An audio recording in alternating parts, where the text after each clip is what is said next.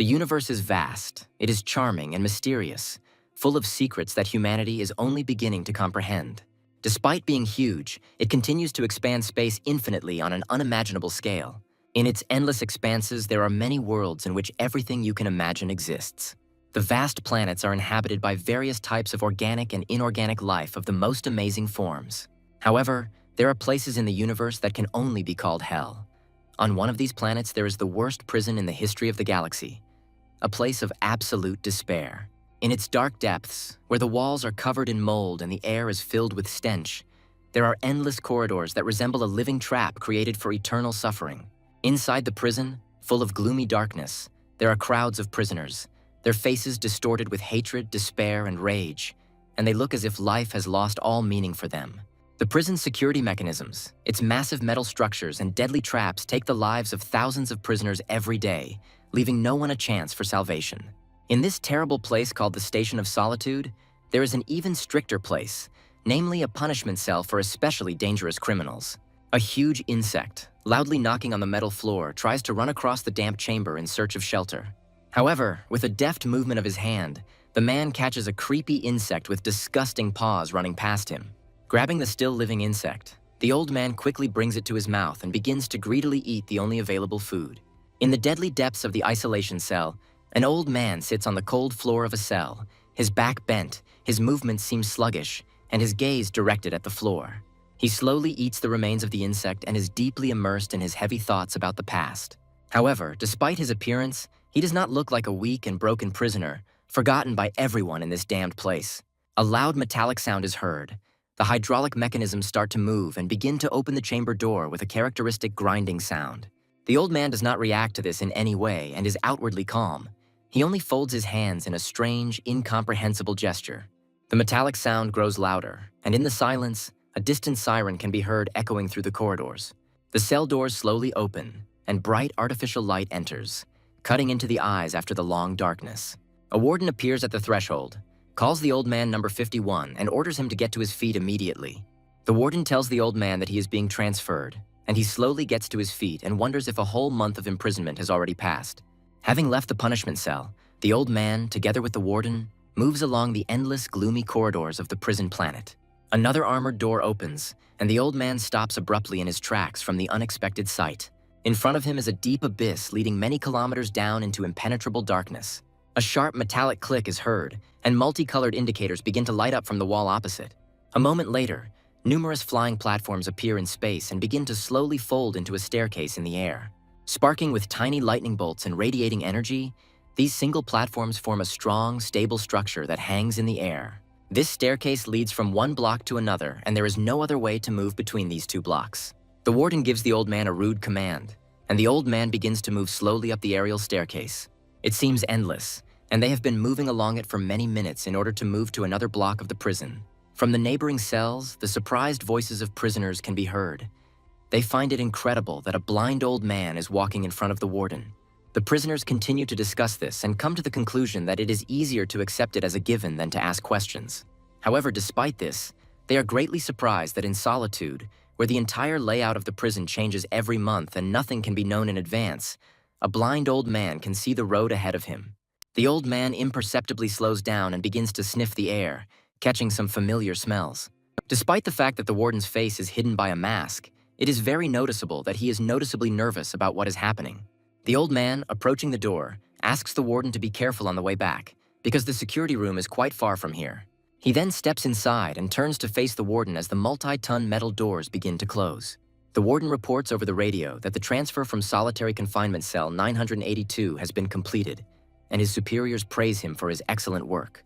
The elderly man finds himself in a huge hall, dimly lit by artificial light, where there are many hundreds of prisoners.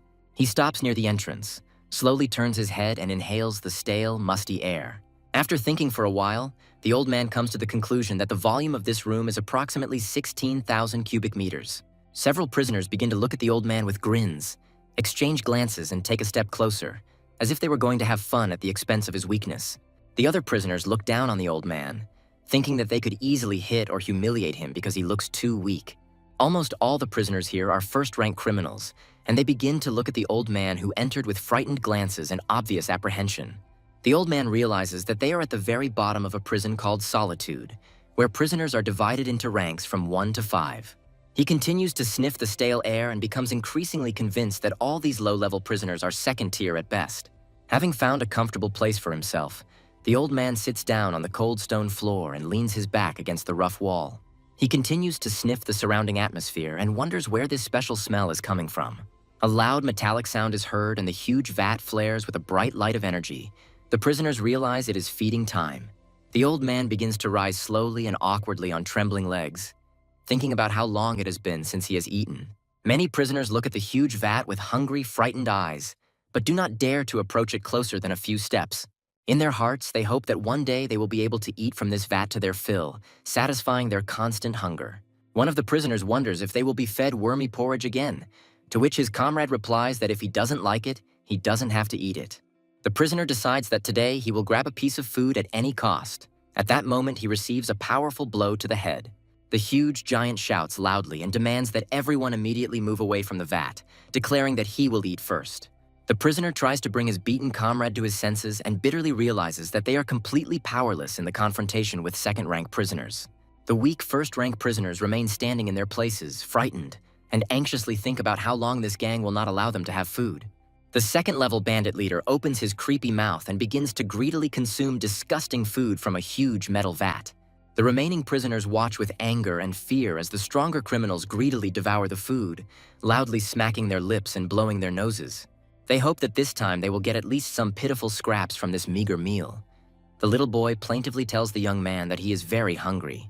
His older brother asks him to be patient for a little while and firmly promises that they will definitely come up with something to solve this problem. After eating their fill, the criminals begin to discuss the quality of the food, wondering what the guards put in it, since many still cannot get used to the disgusting taste. The young man takes a hesitant step forward, believing that something must be done, otherwise they will simply die of hunger in this damned place. At this moment, one of the thugs turns around sharply as he hears the sounds of footsteps heading towards the coveted vat. He sees a blind old man in front of him and rudely orders him to stop, contemptuously calling him an old fool. However, the old man continues his slow movement forward. The thugs categorically declare that there is nothing left for him here. The old man stops and tells these rude people that even in such a terrible place, they could show respect to their elders. He calmly says that just one bowl will be enough for him, to which one of the thugs mockingly asks if he doesn't know the local rules. He approaches an elderly man and sternly informs him that if he is not in the retinue, he does not eat, and there are no exceptions even for the elderly and children. After which, the thug concludes that the old man has finally gone crazy, begins to loudly swear at him and roughly pushes him away with his massive hand. The prisoner continues to swear. At this time, something strange happens to the old man's body, and it begins to move. The bully continues to insult the elderly man with the most vile words, but he begins to confidently move forward towards danger. With a deft movement, the old man performs a professional throw that sends the huge criminal high into the air like a feather. The next moment, with a sharp movement, the old man takes out a long, homemade sharpening knife from his worn jacket. With a lightning-fast movement of his hand, he deals a fatal blow to the huge brute's neck, and the entire surrounding area is instantly splashed with his scarlet blood. The young man experiences great anxiety and worry, and tries to shield his little brother from this sight with his body. The first-rank prisoners are also shocked by what is happening. They did not expect such a development of events and are wondering what the hell is going on. The ugly leader of the gang turns his creepy head towards the old man and gives him an angry and extremely displeased look. He orders his numerous subordinates to immediately bring this enraged old man to him for reprisal. The old man pauses for a moment and begins to slowly inhale the stale air of this cursed place.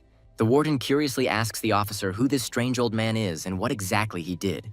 He makes the assumption that the old man killed another prisoner since he spent 30 days in solitary confinement, because in this prison there is no punishment harsher than solitary confinement.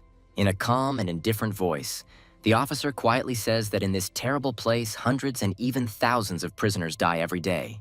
The warden asks a reasonable question. If this is so, would they assign such a cruel punishment for such a trifle as the murder of a prisoner? The officer stops writing his report and abruptly puts his pen down on the wooden table. Preparing to tell the terrible truth, he reports that there were several hundred prisoners in the cell, and this old man methodically killed absolutely every single one of them. After which he falls silent significantly and casts an angry and anxious glance at the warden, full of hidden warnings. Meanwhile, the old man continues his furious attack, throwing the bloody bodies of the gang leader's subordinates to the sides. Moving deftly from side to side, he confidently moves forward, delivering numerous deadly blows with his sharp knife. The prisoners are very alarmed by what is happening. They loudly wonder who this damn old man is and whether he is really blind. The bandit leader orders the old man to be killed immediately, and one of his huge subordinates roars and charges recklessly. However, the old man skillfully parries his clumsy blow and delivers a precise stab to his side with a knife, instantly sending scarlet streams of blood flying in all directions. He then performs a spectacular pirouette and delivers a crushing kick to his back, breaking his spine. A huge number of prisoners rush at the strange old man at the same time, but none of their furious blows reach their intended target. The officer, looking serious, tells the warden that this, of course, sounds completely ridiculous, but is the indisputable truth. A look of genuine horror crosses the warden's face when he learns that this strange old man has cold-bloodedly murdered 240 people in just one night. The criminals shout loudly to each other. They tell their accomplices that this old man has a sharp knife in his hand and they should be more careful. However, it is too late to do anything. The old man jumps high into the air and lands right in the middle of a group of criminals, after which he stabs them multiple times to death. The bandits send curses and cannot believe the bloody massacre that is taking place. They do not understand who this mysterious old man is. The officer's calm voice is heard reminding the warden that all prisoners in this prison have a numbered badge on their neck in the order they arrived. After which, with an evil grin, he declares that this old man is indeed a very strange and unusual prisoner. The warden instantly remembers walking into the cell and addressing the old man as prisoner number 51. The officer, in a rude and contemptuous tone, tells the warden that he is new here and, being new, does not know that this old man is a real legend. He is the 51st prisoner from the first batch of criminals who ended up on this ill-fated planet many years ago.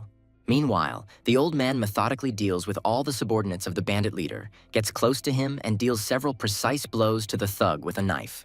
Level 1 prisoners are unable to collect their thoughts after the shock they have just experienced, and are stupefied as they wonder what they just saw.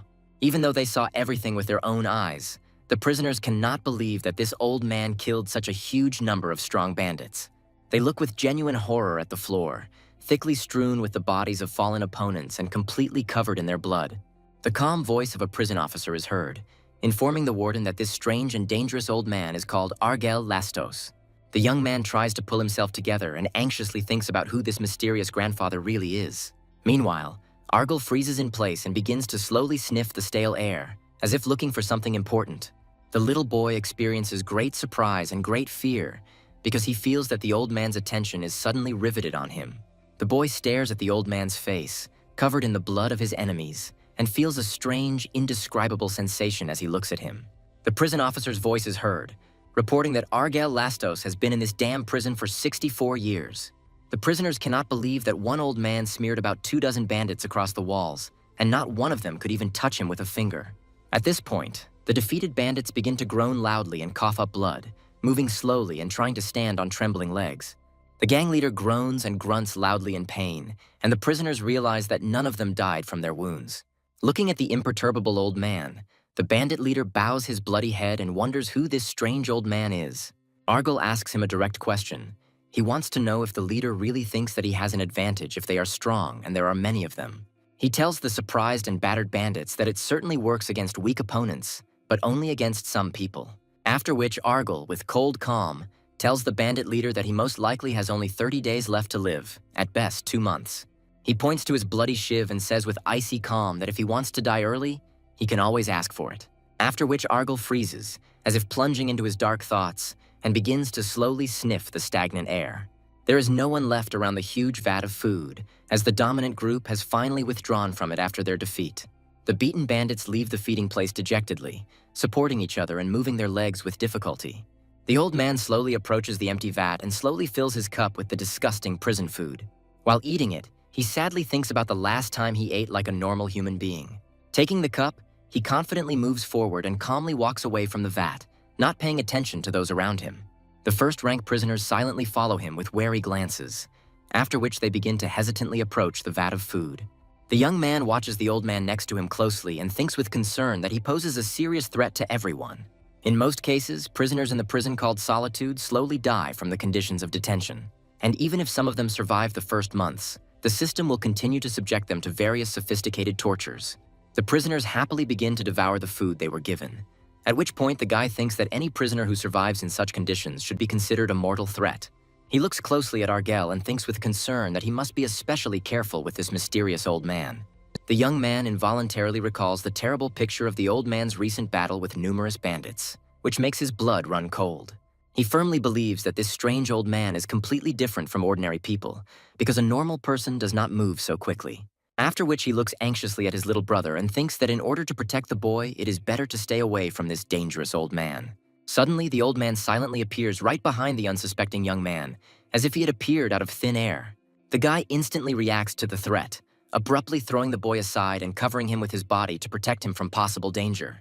The old man says thoughtfully that it is indeed curious and looks closely at the tense guy in front of him. The young man looks at the old man tensely with undisguised concern. The guy realizes with horror that he didn't even feel his presence. So unnoticed and silently, he crept up from behind. Argel reflects that there is a special and unusual smell here, which he noticed as soon as he entered the hall. He jumps down from the rocky ledge and walks towards the young people, quietly talking about this strange and special smell. He calmly tells the surprised little boy that he has a very special and rare blood type. The guy is indignant and tells the old man that he is talking complete nonsense and is extremely hostile towards him. Argel philosophically responds to this by saying that in his advanced age, the only thing that improves is his intuition, and he simply cannot be wrong. The young man grits his teeth in anger and threateningly tells Argel that if the old man tells anyone about this, he will kill him. The young man's appearance takes on a demonic and frightening appearance, and he is ready to do anything to protect his younger brother. Argel calms him down peacefully and informs him that there is absolutely no benefit to him in disclosing this information. He says with a slight smile that it was simply funny to meet a special child after so many long years of gloomy imprisonment. The guy decisively ends the unpleasant dialogue and firmly tells the boy that they need to leave here immediately. Argel is deep in thought, extremely surprised by the unexpected presence of this strange and special little boy here.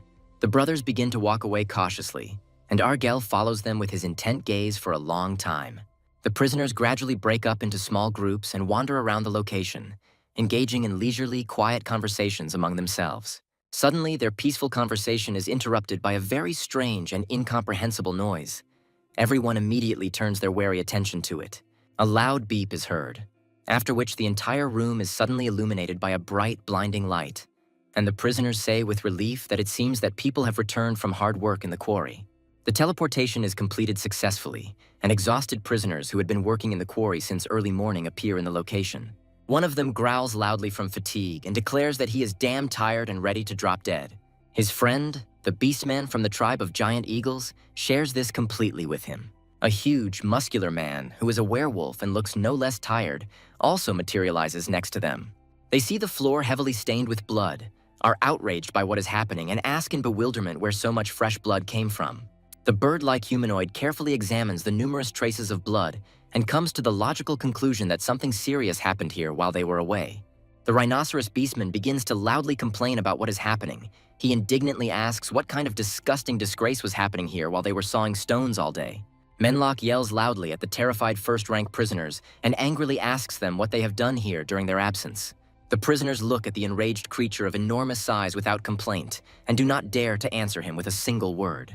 Argel suddenly appears next to them. The old man calmly says that he did it, and politely asks if the prisoners have any problems.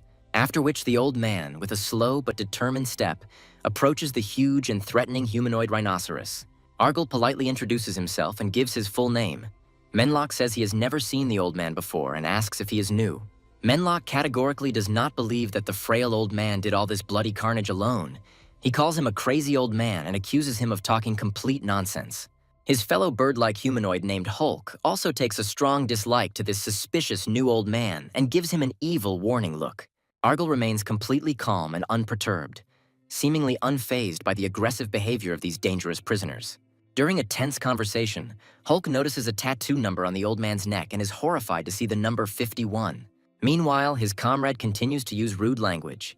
He says that he has no time to play along with his grandfather's stupid jokes and orders the old man to get lost in peace. Unlike his self-confident comrade, Hulk instantly realizes that this old man is a mortal danger. The bird-like humanoid believes that it is not worth disturbing and provoking Argel, as this could lead to mortal danger for everyone present. He desperately rushes forward, covering his comrade with his body, and imploringly asks him to immediately stop such reckless behavior. Menlock is very outraged by what is happening and is seething with uncontrollable anger. He asks his friend in bewilderment what the hell they are afraid of, because he is just some worthless old man. The bird-like humanoid tries his best to hide his growing agitation and nervously tells the old man that they will not touch him or harm him.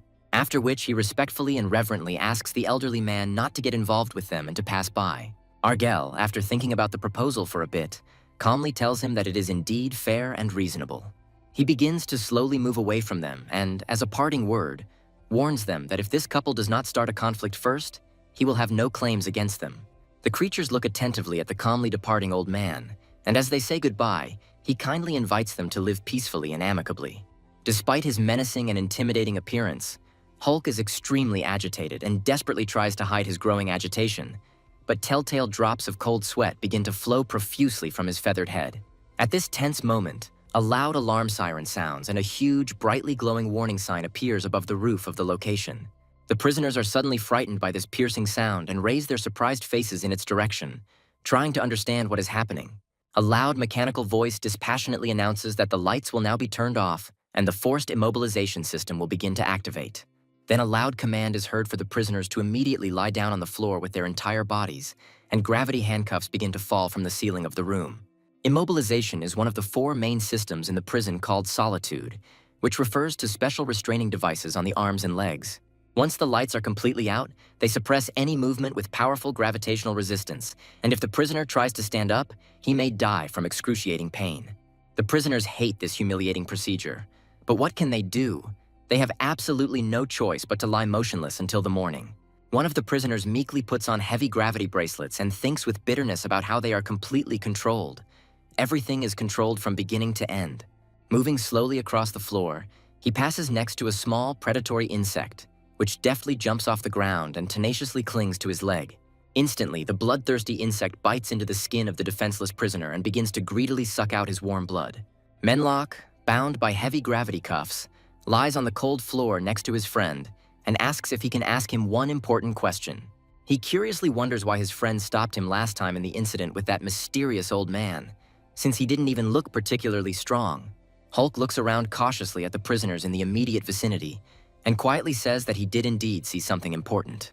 The bird-like humanoid excitedly reports that he noticed a prisoner's number on the body of that strange old man. He meaningfully reports that the number 51 was clearly stamped on the old man's neck. Hulk looks closely at his surprised comrade and confidently reports that there can be no mistake. There was definitely 51. Menhwa loudly expresses his indignation at what is happening and categorically states that such a thing is simply impossible. But if this is true, he wonders with bewilderment who this mysterious old man really is. He curiously asks how many years this old man has been sitting in this damned prison. His comrade replies that he doesn't know exactly, but apparently since the earliest days of its foundation. After which he explains in detail that the old man's mark did not include the prisoner class, as their level is 1. He falls silent thoughtfully for a long time, after which he says with excitement that the old man only had a prime number knocked out without any additional designations. He continues to think nervously and thinks that in any case, nothing good would happen if they got involved with someone who has been surviving in solitude prison for decades. Menhwa begins to seriously consider whether he should go and apologize to the dangerous old man, but his anxious thoughts are interrupted by a small pebble that falls next to him. The beast-like humanoids are instantly frightened by this ominous sign and instinctively begin to look around warily. From afar, we can hear the eerie screams of people and a terrible inhuman howl that clearly does not belong to any rational being. The shrill cries of dying people are mixed with the animal roars of terrible and terrifying unknown creatures. Menhwa carefully lifts himself up, just a little off the floor so as not to activate the deadly gravity cuffs, and tries to see something in the darkness. His comrade instantly realizes that things are very bad, and in a quiet, frightened voice utters the ominous word, zombie. A loud, threatening stomping and an inhuman howl can be heard. A bloodthirsty horde of zombies is advancing towards the defenseless prisoners chained to the ground. The old man calmly thinks that it has become quite noisy around him, and makes a logical guess that the room with insects opened while he was in solitary confinement. He strains with all his strength and desperately tries to get off the ground, despite the fact that his body is pressed with great force by heavy gravity cuffs. A crowd of hungry zombies lets out a terrible roar and gets closer and closer to the handcuffed, defenseless prisoners. Argel miraculously manages to tear his hands off the cold floor and is alarmed to realize that the zombie horde is already very close to him. The old man calmly gets to his feet, stretches his stiff neck, and says with characteristic sarcasm that he has already managed to get a good night's sleep today. Meanwhile, the crowd of zombies significantly accelerates its inexorable pace. The monstrous monsters roar terribly and rush with fury towards the defenseless prisoners. The young man instantly wakes up from a terrible noise. He is clearly very frightened by these terrifying sounds and does not understand what is happening around him. The guy desperately tries to get off the ground and receives powerful, painful electric shocks. At this time, he begins to feverishly think about where these vile zombies came from. After which, in a quiet, frightened voice, he imploringly asks his little brother to look at the large stone lying behind them and try to crawl away and hide behind it. The boy insistently orders his brother not to hesitate and to crawl away right now, after which he tries with all his might to get to his feet and receives powerful pain shocks. A crowd of hungry zombies surrounds the young man in a tight ring and growls loudly, foreshadowing imminent reprisal. The guy screams loudly in rage in response. His appearance takes on a demonic appearance, and his eyes light up with hellish flames. A sudden mutation of his body begins, and the young man rushes at the crowd of zombies, delivering crushing blows. Blood flies in all directions, and he mercilessly tears the monsters apart. The severed head of a zombie falls with a loud crash onto the stone floor, and the voice of a guy is heard screaming loudly that he will tear them all to pieces. Manhwa also manages to free himself from the heavy gravitational pull and instantly engages in a furious fight with the approaching zombies. He is actively assisted by his faithful friend, a bird-like humanoid, who delivers a series of precise blows to the monsters and loudly informs nearby prisoners that they are being attacked by zombies. Manhwa angrily says that he can clearly see that there are zombies next to them, and clarifies that the main question is what is going on at all. Hulk realizes with growing irritation that the number of enemies is not decreasing. No matter how many zombies they kill, there are more and more of them. After which he again furiously rushes into a bloody attack. The Beastmen are lucky, since they can effectively cope with the forced immobilization system. Unlike the weaker prisoners, who sooner or later will inevitably turn into the same bloodthirsty zombies. Manhwa successfully fights off the first wave of monstrous monsters and wonders in bewilderment why the immobilization system does not work on these zombies at all. The comrade makes the logical assumption that this is happening because they are already dead, and therefore the system simply does not activate, at which time the next wave of monsters appears on the horizon. They swear loudly and feverishly, preparing to repel another deadly attack from the approaching monsters. The creepy creatures, upon seeing living prisoners, significantly increase their speed and switch from a slow walk to a rapid run. They open their sinister mouths and make terrifying, inhuman sounds. Hulk anxiously tells his friend that the monsters must not be allowed to surround them under any circumstances, as this will inevitably mean the end. Manhwa starts complaining that it takes too much energy to constantly resist the pressing immobilization system. A friend suggests that he lean his back against a large rock and hold on. After which the bird-like humanoid suddenly turns back and sees with surprise how some person is quickly running and successfully resisting the powerful forces of gravity. Argyle takes a running start and jumps high into the air, his old body being pierced by multiple painful electrical discharges from the gravity cuffs. To the great surprise of the prisoners, this crazy old man purposefully throws himself into the thick of the deadly monsters. Argyle freezes in midair for a moment, and the next second he decisively launches a furious attack on the monsters surrounding him. He confidently moves forward through the crowd, delivering precise blows with his razor blade and methodically tearing monsters into bloody pieces. The defeated monsters fall with a crash at his feet, but their place is instantly taken by more hungry zombies. The terrible confrontation continues with increasing force. The cracking of breaking bones and loud screams are heard, and the entire space around is filled with rivers of scarlet blood. Argyle mercilessly pushes aside ordinary zombies and purposefully makes his way to the huge mutant, after which he deals him a powerful blow, tearing the monster in half. Despite his appearance and age, the old man acts tirelessly, like a well-oiled machine for mass murder. His gravity bracelets crackle loudly from the constant electrical discharges, but he keeps a tight grip on his trusty knife. The prisoners are shocked by such an incredible sight. They are stupefied and wonder who this mysterious old man even is. Manhwa looks around the room, where dozens of destroyed monsters are on the floor, and tells his friend with disbelief that he does not believe his own eyes.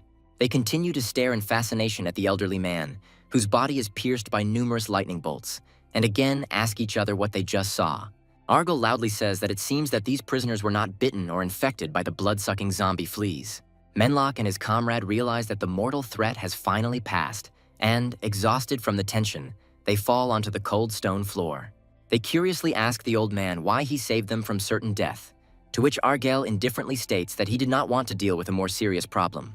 It is well known that beastmen are several times stronger and more resilient than ordinary people in physical terms. If one of them turned into a zombie and became even stronger, it would be a very serious problem for all the survivors. The prisoners understand that fighting such a powerful creature would be a nightmare, so the old man decides to help them. After which, with growing horror, they notice that next to the old man there stands silently a huge, muscular werewolf. Manhwa is filled with horror at the thought that this powerful werewolf has already become a dangerous zombie. The prisoners desperately try to warn the old man, loudly announcing that a beastman is nearby, to which Argel calmly informs that it is too late to do anything. Saying that he hasn't fought a real werewolf in a long time, the old man quickly rushes into the attack, jumps high into the air and delivers a precise blow with his sharp knife. Argel makes another lightning-fast lunge and cuts deep into the throat of the huge werewolf, blood spurting in all directions in powerful streams. The old man barely touched the enemy, as expected. This beast really has excellent reflexes and reactions. Hulk watches with undisguised amazement as a seemingly ordinary decrepit old man skillfully fights a powerful werewolf. Meanwhile, the wounded werewolf begins to scream loudly in pain and rage, stretching out his huge, misshapen hand, and launches a furious counterattack at Argel. The prisoners are very surprised by the incredible movements of the old man, because under the effect of the immobilization system, he should move with great difficulty. They watch in awe as he deftly dodges deadly blows, as if the powerful gravity has no effect on him. The beastmen are completely unable to understand how this old man can move so freely. It causes them real shock. The werewolf continues his persistent attacks, opening his terrible fanged mouth and letting out a loud, threatening roar. The prisoners realize that the werewolf has finally turned into a beast, and now his strength has increased several times. The zombie's head instantly transforms, acquiring the creepy face of an aggressive werewolf dog with sharp fangs. Argel contemptuously calls his opponent a fool and calmly says that turning into a werewolf will not change anything radically. A huge werewolf Doberman roars loudly with rage and furiously rushes at the old man, who deftly dodges the blow, jumping to the side. Again and again, the werewolf delivers numerous powerful blows with his clawed paws, but all of them fail to reach their intended target. Argel deftly maneuvers in space and, with the help of several acrobatic jumps, manages to quietly appear behind the werewolf's back, after which the old man deals a crushing blow and digs his strong hands into his thick animal skin. The beastmen continue to watch their deadly duel motionless with fear and undisguised amazement. The old man declares with cold determination that it is now easier to hit the huge werewolf, after which he plunges a knife into the monster's throat, causing blood to spurt in all directions. Hulk ponders the situation and comes to a very curious conclusion regarding the events that are taking place. The beastman's instincts insistently whisper that if he intends to survive in this hell of loneliness, then he should stay close to this man. Argel methodically deals with the werewolf, whose massive, unconscious body falls with a dull thud onto the stone floor. He then turns his gaze to the trembling body of the fallen werewolf, and is genuinely surprised by the fact that his opponent is still alive. The werewolf is completely deprived of the strength to attack the old man, lies helplessly on the cold floor, shudders in pain and makes terrible death cries. The prisoners watch with alarm as the old man quickly moves forward and ask him warily where exactly he is heading. Argel remains silent and continues to move forward resolutely, ignoring the multiple electrical discharges from the gravity bracelets that pierce his body. A moment later, the old man's quick steps smoothly turn into a dashing run along the prison corridors. A young man desperately fights against a huge crowd of ferocious zombies, inflicting powerful, crushing blows on them without stopping. His little brother lies nearby on the floor and watches the bloody battle unfold with undisguised horror. The guy notices a strange movement out of the corner of his eye and instantly turns around. He sees how the old man crashes into a crowd of zombies at great speed and begins to deliver numerous precise blows with his sharp knife. The guy is genuinely amazed that the elderly Argel is cold-bloodedly and methodically destroying dozens of zombies, acting as if it requires no effort for him. Argel continues his furious attack, moving forward with determination and showering the entire room with pieces of torn zombie bodies and blood. The young man is unable to believe his own eyes and quietly says that this old man is a real monster in human form. An ominous silence falls. The entire floor of the room is littered with a huge number of lifeless bodies of destroyed zombies. A loud beep is heard, followed by a cold, metallic voice announcing that it is time to rise in the prison. A piercing siren wails through the vast corridors, and a mechanical voice booms out the start of the mandatory morning roll call of prisoners. Of the 94 prisoners in that location, 80 died during the bloody night. Argel sits quietly on a huge stone boulder, completely immersed in a state of deep meditation and inner concentration. The remaining 14 surviving prisoners slowly and carefully gather around him, forming a rough semicircle. A loud metallic command is heard, peremptorily ordering the prisoners of cell 1237 to immediately fill the empty spaces that have formed. Suddenly, a powerful electrical crackle is heard, after which the entire room is illuminated by a bright golden glow. The standard teleportation process occurs, and a new batch of unsuspecting prisoners materializes in cell 1237. With increasing surprise and fear, they begin to look around in confusion and anxiously wonder where exactly they are. The prisoners begin to choke from the unbearable smell of corpses and ask each other with disgust what this disgusting stench is. Then they notice the huge number of corpses scattered everywhere and wonder with horror what happened here. After a grueling night of fighting zombies, the old prisoners don't even have the energy to show interest in the new ones. They simply silently head back to their usual places to rest a little and recuperate. The very short roll call ends in an atmosphere of complete and oppressive silence, broken only by the echo of footsteps. The old man continues to sit for many long hours, completely motionless on the cold stone, deeply immersed in his dark thoughts. He knows full well that once you are bitten by an infected zombie flea, you instantly turn into a soulless monster. But he is somewhat comforted by the sobering thought that since all the infected zombies have been completely destroyed, everything should be relatively calm now. He strains his keen hearing to the maximum and catches barely noticeable suspicious sounds coming from somewhere along the corridor. After this, the old man begins to sniff the stale prison air greedily and warily, analyzing every smell. Then with a sharp and decisive movement, he quickly jumps down from the high stone onto the stone floor. With slow but confident steps, Argel begins to purposefully head towards the huge metal doors of the chamber. The prisoners look at him with surprise and bewilderment, completely unable to understand where this mysterious, crazy old man is going. One of the prisoners anxiously asks his closest comrade what exactly this strange old man is going to do. Argel approaches the huge metal doors and carefully places his palm on their surface, after which they flash with a bright artificial light. A short moment later, a loud metallic screeching sound is heard and the huge, heavy doors slowly begin to open, causing the prisoners to realize with surprise that the old man is heading outside. They are greatly shocked by the unexpected discovery that the huge door to the cell has been open all this time, and begin to think about the possible consequences of the old man's departure. Hulk instantly understands the dangerous intentions of the newcomers and directly tells them that if they really want to die, they can safely follow the old man. The newcomers ask a very reasonable question about why they can't go outside, to which the Beastman replies that all those who go out this door never return. In the gloomy corridor, a torn electrical cable dangles, sparking brightly and randomly, throwing fiery sparks in different directions.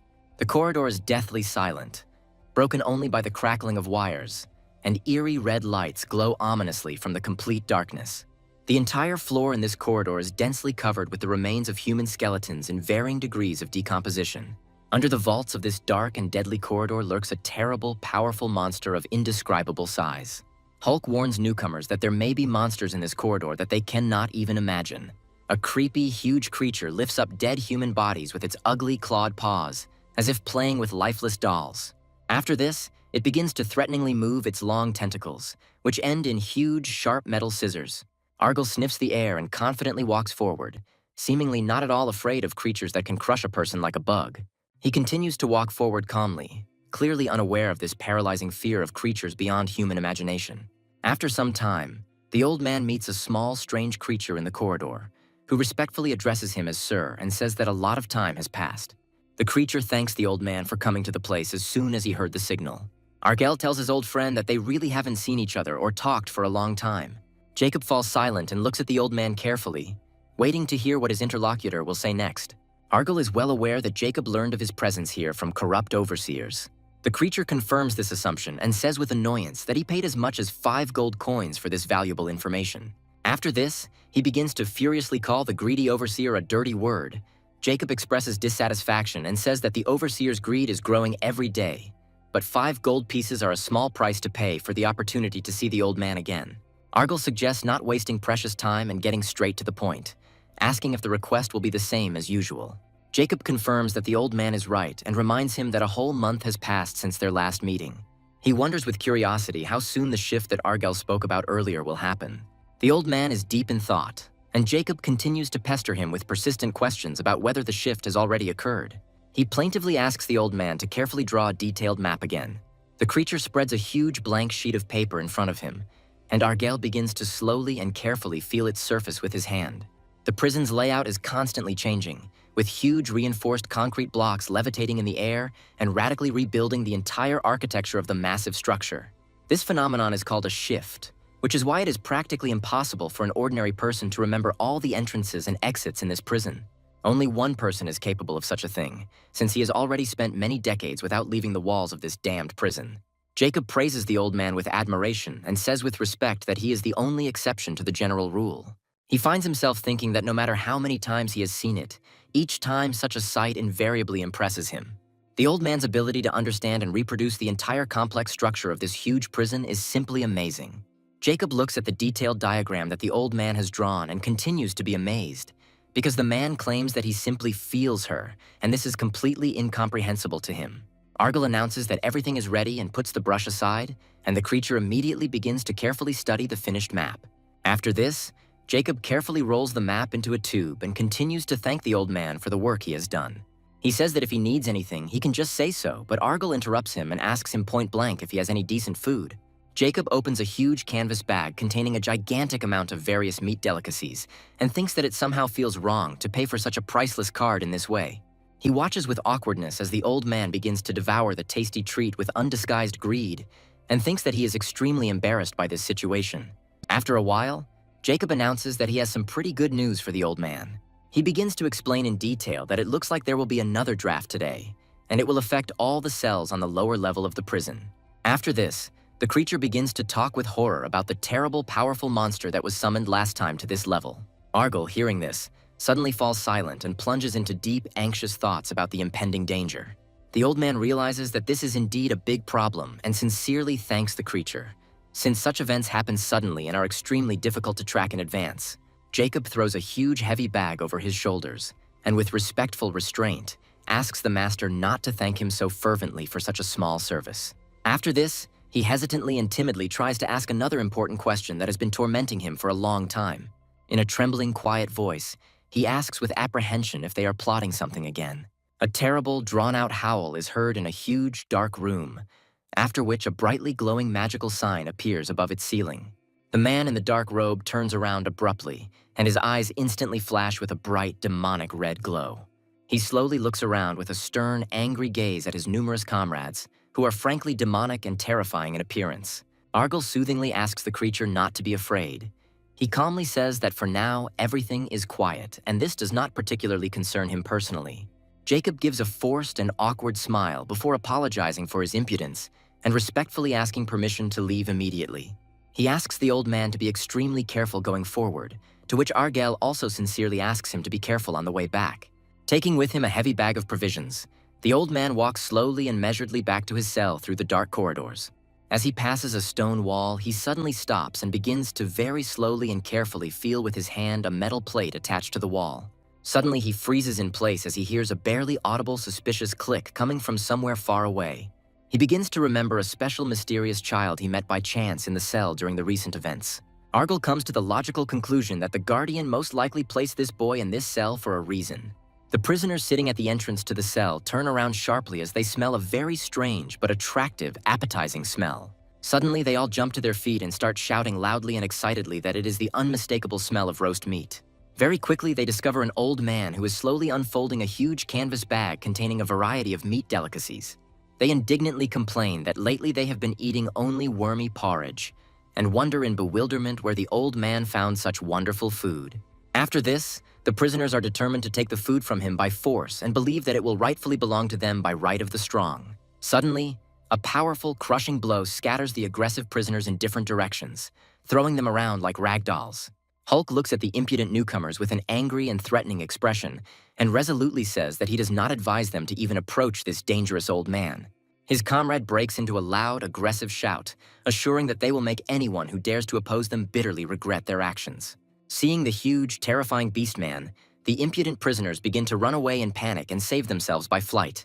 Meanwhile, Argyle, as if nothing had happened, continues to calmly and slowly unwrap the heavy bag with the delicious food. After this, he turns his attention to the beastman and curiously asks him what species he belongs to. Hulk tries to cleverly change the uncomfortable topic of conversation, respectfully calling the old man sir and asking where he was able to find such an incredible rarity. Menlock, unnoticed by others, looks at the meat delicacies, and literally chokes on his own saliva from unbearable hunger. The little boy's eyes widen in surprise, as he hasn't seen normal human food for a long time. Having laid out the food neatly and beautifully on a spread-out canvas bag, Argale kindly suggests that they quickly start eating before the food gets completely cold. Having eaten his fill, Menlock sits back in satisfaction and happily reports that it was simply delicious.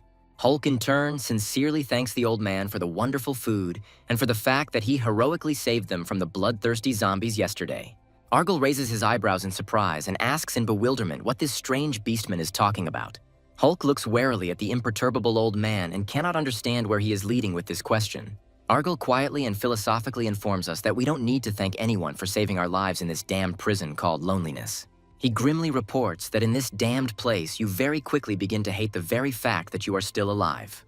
Yet he sensed more than just hopeless despair in these prisoners and asks them directly whether they really, sincerely want to survive in such conditions. His appearance changes dramatically into a very creepy, almost demonic appearance, and he once again persistently asks if the prisoners are ready to survive in this hellish solitude. The prisoners slowly and decisively rise to their feet, casting bold, challenging glances at the old man, as if demonstrating that they are ready to fight to the very end. After this, Menlock hesitantly and cautiously says that, of course, they want to live, because this is the most basic human instinct. The old man falls silent thoughtfully for a moment and is clearly pleased with the prisoner's honest answer to his provocative question. He then slyly asks if this is really the case, even if that same instinct would force them to kill someone else for the sake of survival. The boy becomes very wary when he hears the old man's ominous words that if they stay here, they will end up just like many others before them.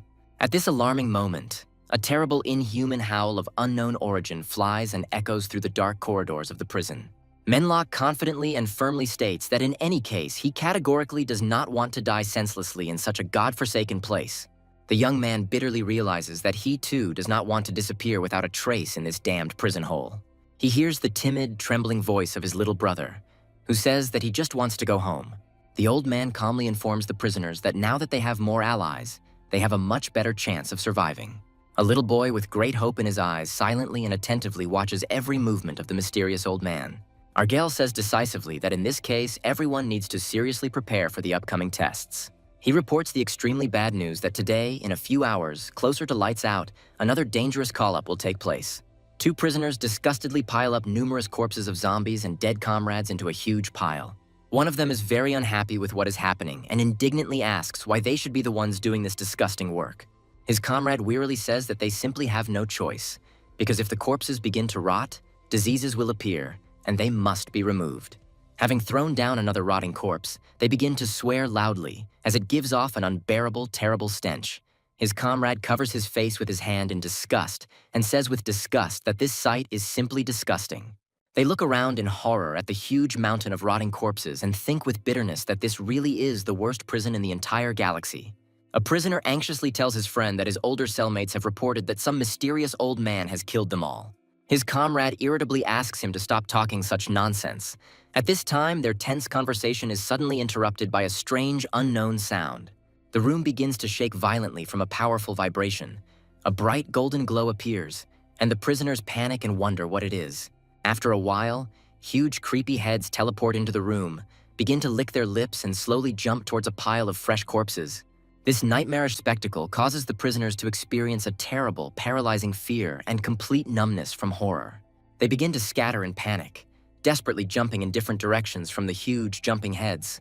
The Beastman notices what is happening and anxiously asks the old man, respectfully addressing him as Lord, if this is really a summoning. The old man continues to meditate completely motionless on the cold stone. After a while, he calmly asks the Beastman not to worry in vain. Huge, disgusting heads actively jump up to a pile of rotting corpses and begin to greedily devour them. The calm voice of an old man is heard, who explains that these creatures clean up dirt and rotting corpses. The prisoners, running to the side, watch this terrible and disgusting spectacle of devouring the dead with undisguised disgust. However, after some time, realizing that these creatures eat only corpses, the prisoners begin to viciously kick them with impunity. The old man insistently informs his friends that these creatures should not be attacked under any circumstances, because they can get angry, and asks them to be extremely careful. After this, he curiously asks the Beastman about the matter he spoke about earlier. Hulk confidently replies that he has done everything the old man asked him to do and also promises to organize additional precautions just in case. The old man slowly and deeply inhales the stale prison air, after which he says in a quiet, satisfied voice that this is really good. A couple of prisoners are talking in hushed tones, one of whom says that although he has seen worse, he still finds this extremely disgusting. His friend philosophically informs him that nothing can be done. Now they live here and they will have to get used to everything that is happening. At this moment, a blindingly bright light suddenly flashes in the cell, and the prisoners realize with alarm that something else dangerous is being called here. A second later, a huge, terrifying reptile materializes in the chamber and begins to emit eerie, deafening screams and growls. The prisoners look at this powerful monster with genuine horror and, in panic, ask themselves why he was summoned here in the first place. Meanwhile, the huge reptile begins to release powerful streams of hot flame from its terrible mouths. From the monstrous temperature, the sand begins to melt and harden into glass drops. The prisoners continue to stare in fascination at the strange monster and realize with horror that it is a real fire-breathing dragon. The monster lets out a wild, deafening cry and makes a sharp, rapid dash forward, preparing for mass extermination. From its many heads burst powerful streams of all-consuming fire, capable of incinerating any living flesh. The prisoners, like hypnotized rabbits, silently watch this terrible apocalyptic spectacle. After this, real panic begins in their confused ranks. They begin to scream loudly and run in completely different directions. The fire-breathing dragon instantly rushes at them, releasing dense, deadly streams of hot plasma at the fugitives. The back rows are instantly engulfed in an all-consuming hellish fire that mercilessly burns people alive. The prisoners desperately try to escape, but the fire catches up with them in different corners of the room and devours them alive. At this critical moment, Argyle and his comrades hide behind huge stone boulders and calmly watch what is happening. Within minutes, most of the new prisoners are completely destroyed by the dragon's merciless hellfire. The old man remembers Jacob with kind words and thinks with bitterness that one of the most powerful monsters was summoned today. Manhwa complains pitifully that it is becoming absolutely unbearably hot and asks in despair how they can possibly defeat this monster. The old man soothingly asks his comrades not to worry so much and suggests that they go to a safe place that they had prepared in advance. He insistently asks everyone to strictly follow exactly what he says, since only in this case will they all remain alive. Argyle asks you to remember carefully the important rule that the dragon will open its deadly mouth exactly 1 second after it opens its eyes. The beast man quickly understands the strategy and realizes that he needs to hide behind the rock immediately as soon as the dragon opens its glowing eyes. Meanwhile, the huge monster moves ever closer to the prisoners and mercilessly spews out huge streams of deadly flame in all directions. The prisoners immediately understand that dragging heavy stones around the cell and building a fire barrier was not done in vain. Manhwa quietly asks his comrade what he is doing so focused and diligently at this critical moment. A boy cautiously approaches the beastman and asks him in an apologetic voice to forgive him for spilling some water while carrying it. The beastman mixes sand with water and makes a thick mud out of it, after which he quickly rushes towards the dragon as soon as it loses its vigilance.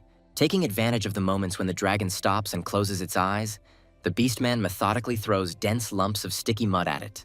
As soon as the monster switches to the beastman, the young guy approaches the dragon from behind and also begins to actively throw dirt at him.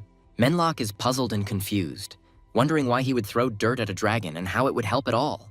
Argyle explains to him the important truth that even fire-breathing dragons must breathe to sustain life. After this, the old man begins to explain in detail that this huge monster breathes through the numerous pores of its thick skin. The effect is very good. The dragon, covered in mud, begins to move much slower and falls into hibernation for longer periods. Hulk notices with growing surprise that the monster is indeed breathing heavily due to the dirt, and its movements are noticeably slower and even its visibility is limited. Meanwhile, the old man resolutely comes out from behind the rock and tightly clutches his sharp knife in his hands. He patiently chooses the right moment, quickly rushes towards the monster and begins to deliver numerous precise blows to its thick skin. Argyle deftly maneuvers between the dragon's attacks and continues to deliver powerful blows, causing blood to spurt out in scarlet fountains in all directions. The fire dragon desperately tries to hit the old man, but he deftly jumps onto his back and deals several more fatal blows with a knife. The prisoners watch this incredible fight in fascination and realize with relief that now their entire survival depends on their master. They realize that in order to survive in prison, they desperately need the constant help of this mysterious old man. An ominous silence falls, and the surviving prisoners begin to peer out from behind the rocks, still fearing a surprise attack. They wonder hopefully if it's really all over and very carefully begin to emerge from their makeshift shelters. Many thought that this monster could not even be approached or touched with a finger, but now they see the body of a huge monster cut into bloody pieces. The prisoners realize with growing horror that this is the work of this crazy old man and the beastmen who are near him. The little boy peers out cautiously from behind his brother's broad back, his eyes widening at what he sees. The old man slowly draws in the stale air and says in a quiet warning voice that it seems we need to prepare for the worst. The room is suddenly filled with a blindingly bright light, and the prisoners begin to scream in panic that another call is about to be made. Argyll stands motionless in place and seems to somehow sense the approach of these disgusting creatures. The teleportation is completed, and several more fire-breathing dragons of terrifying size materialize in the chamber. The beastmen realize with genuine horror that there are now as many as 10 of these deadly monsters. The prisoners scatter in panic in the desperate hope of hiding behind a safe shelter, but many do not make it in time and are incinerated by the deadly fire. The old man begins to move forward slowly and confidently, and it seems that defeating all the fire-breathing dragons in this chamber really won't be difficult for him. The beastmen curse loudly and say in despair that a whole sea of all-consuming fire is raging here. The young man orders his little brother to immediately hide behind his broad back from mortal danger.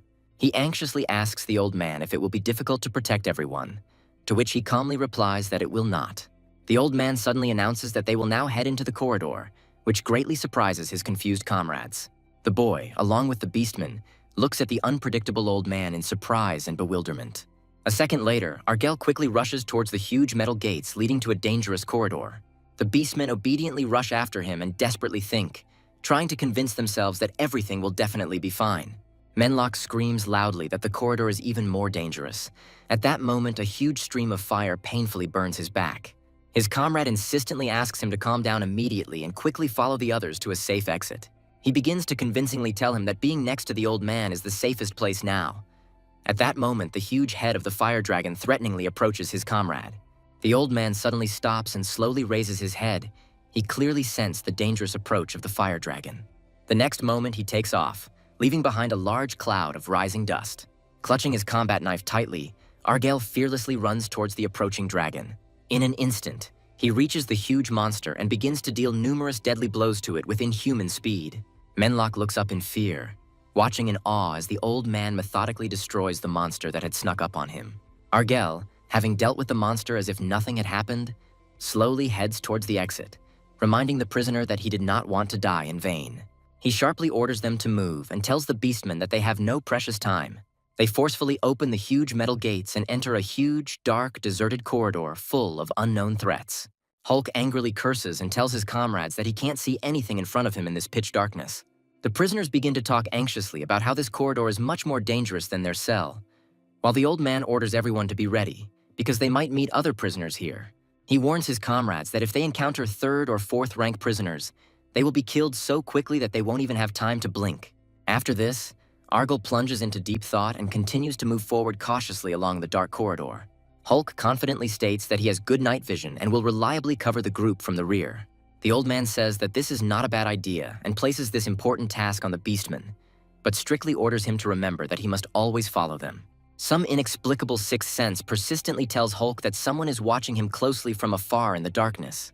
He looks around warily and begins to wonder if it is really safe here. Hulk hears from the impenetrable darkness the muffled voices of prisoners who were also about to leave the cell into the dangerous corridor.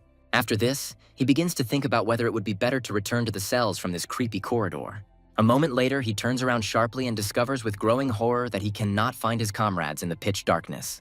Menlock loudly calls his friend's name and continues to curse, panicking and wondering where he suddenly went. The old man orders them to shut up immediately. He says that the corridor is full of deadly dangers, and if you shout so loudly, it will definitely attract unwanted attention. Argyll goes into detail about how among the dangerous creatures there are those called ghosts, and they can move through the corridors completely unnoticed. Menlock, listening to these ominous stories, begins to experience a strong, paralyzing fear and tries with all his might to control himself. The old man grimly confirms that the corridors are indeed extremely dangerous, and that everything that one can only imagine and picture in one's worst nightmares lives here. The huge beastman silently agrees with this statement, because there really is no point in denying the obvious, since his friend literally disappeared right under their noses. Menlock begins to anxiously ask if they will find his comrade, to which the old man replies that there is no need to worry about whether they will find him or not. He grimly reports that the main question is whether he will be alive when they finally find him in these labyrinths. Meanwhile, Hulk wanders alone through the vast, winding corridors. This corridor is a place that never ends, no matter how many times you walk along its endless turns. It was created by the greatest efforts of powerful master magicians and brilliant architect mechanics of antiquity.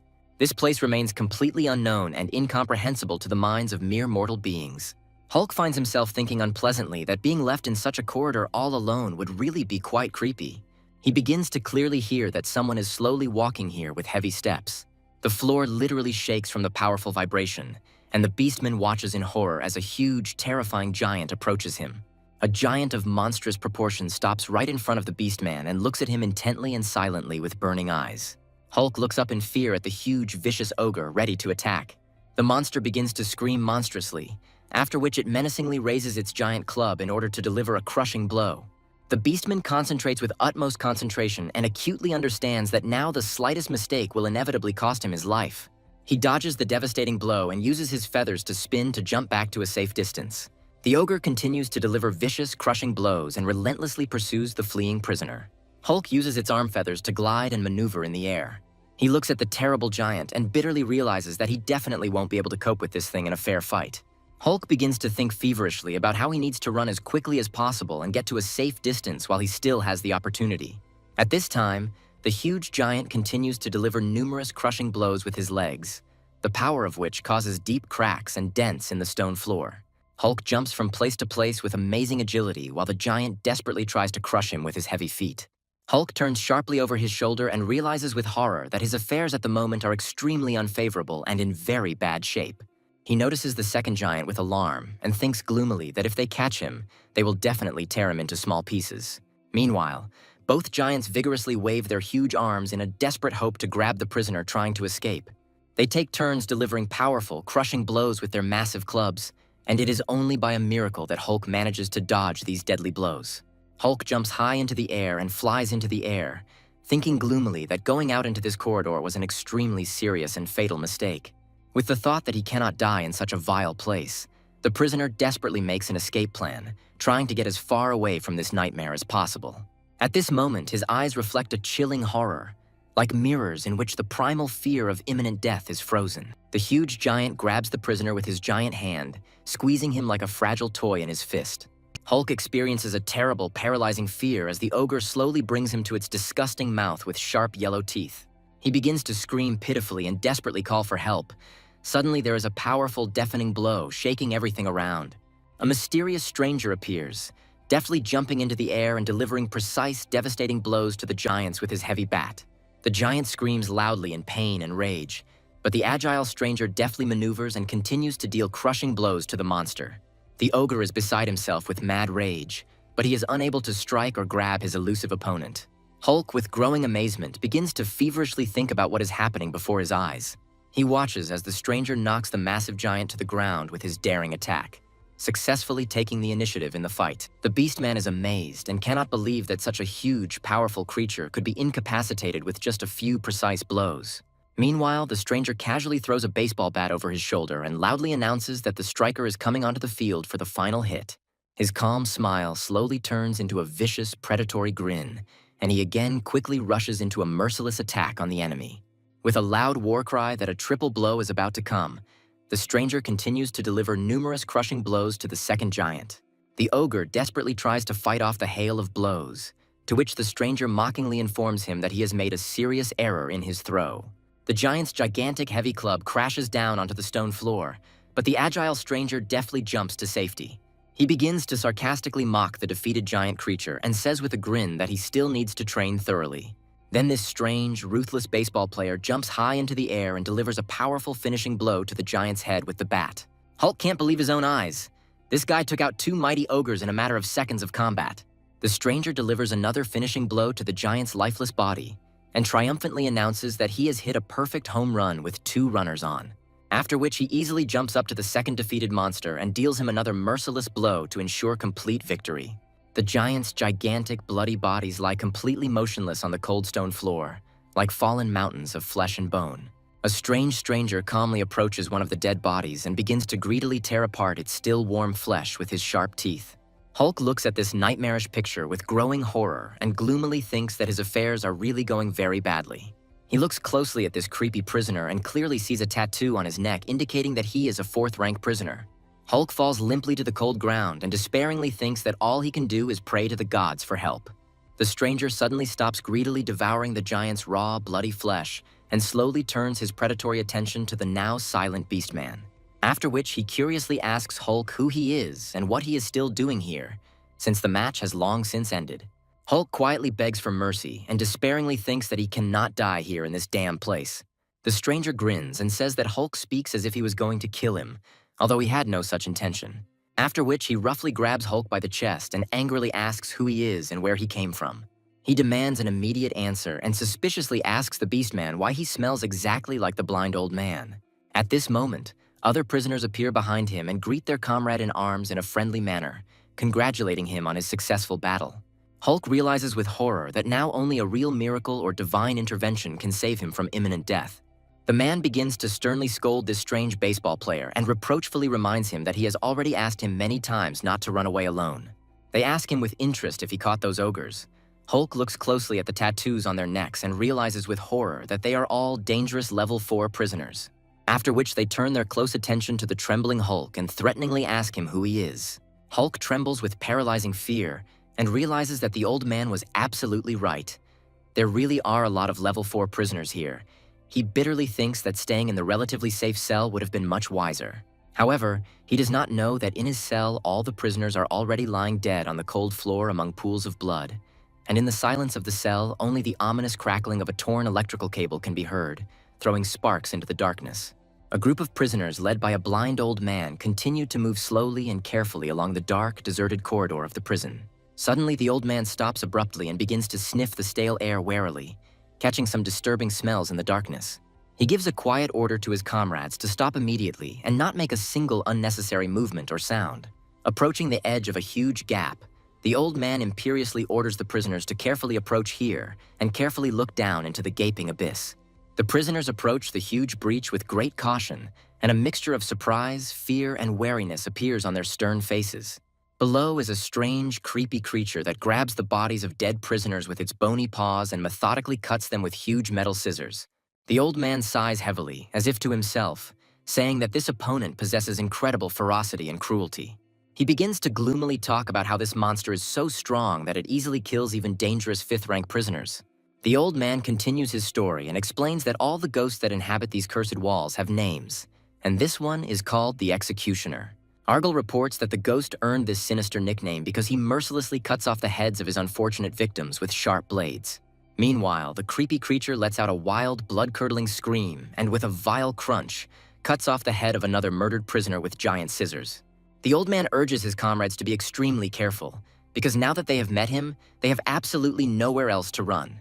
The group continues to move slowly and silently along the dark corridor, trying not to attract the attention of the deadly predator.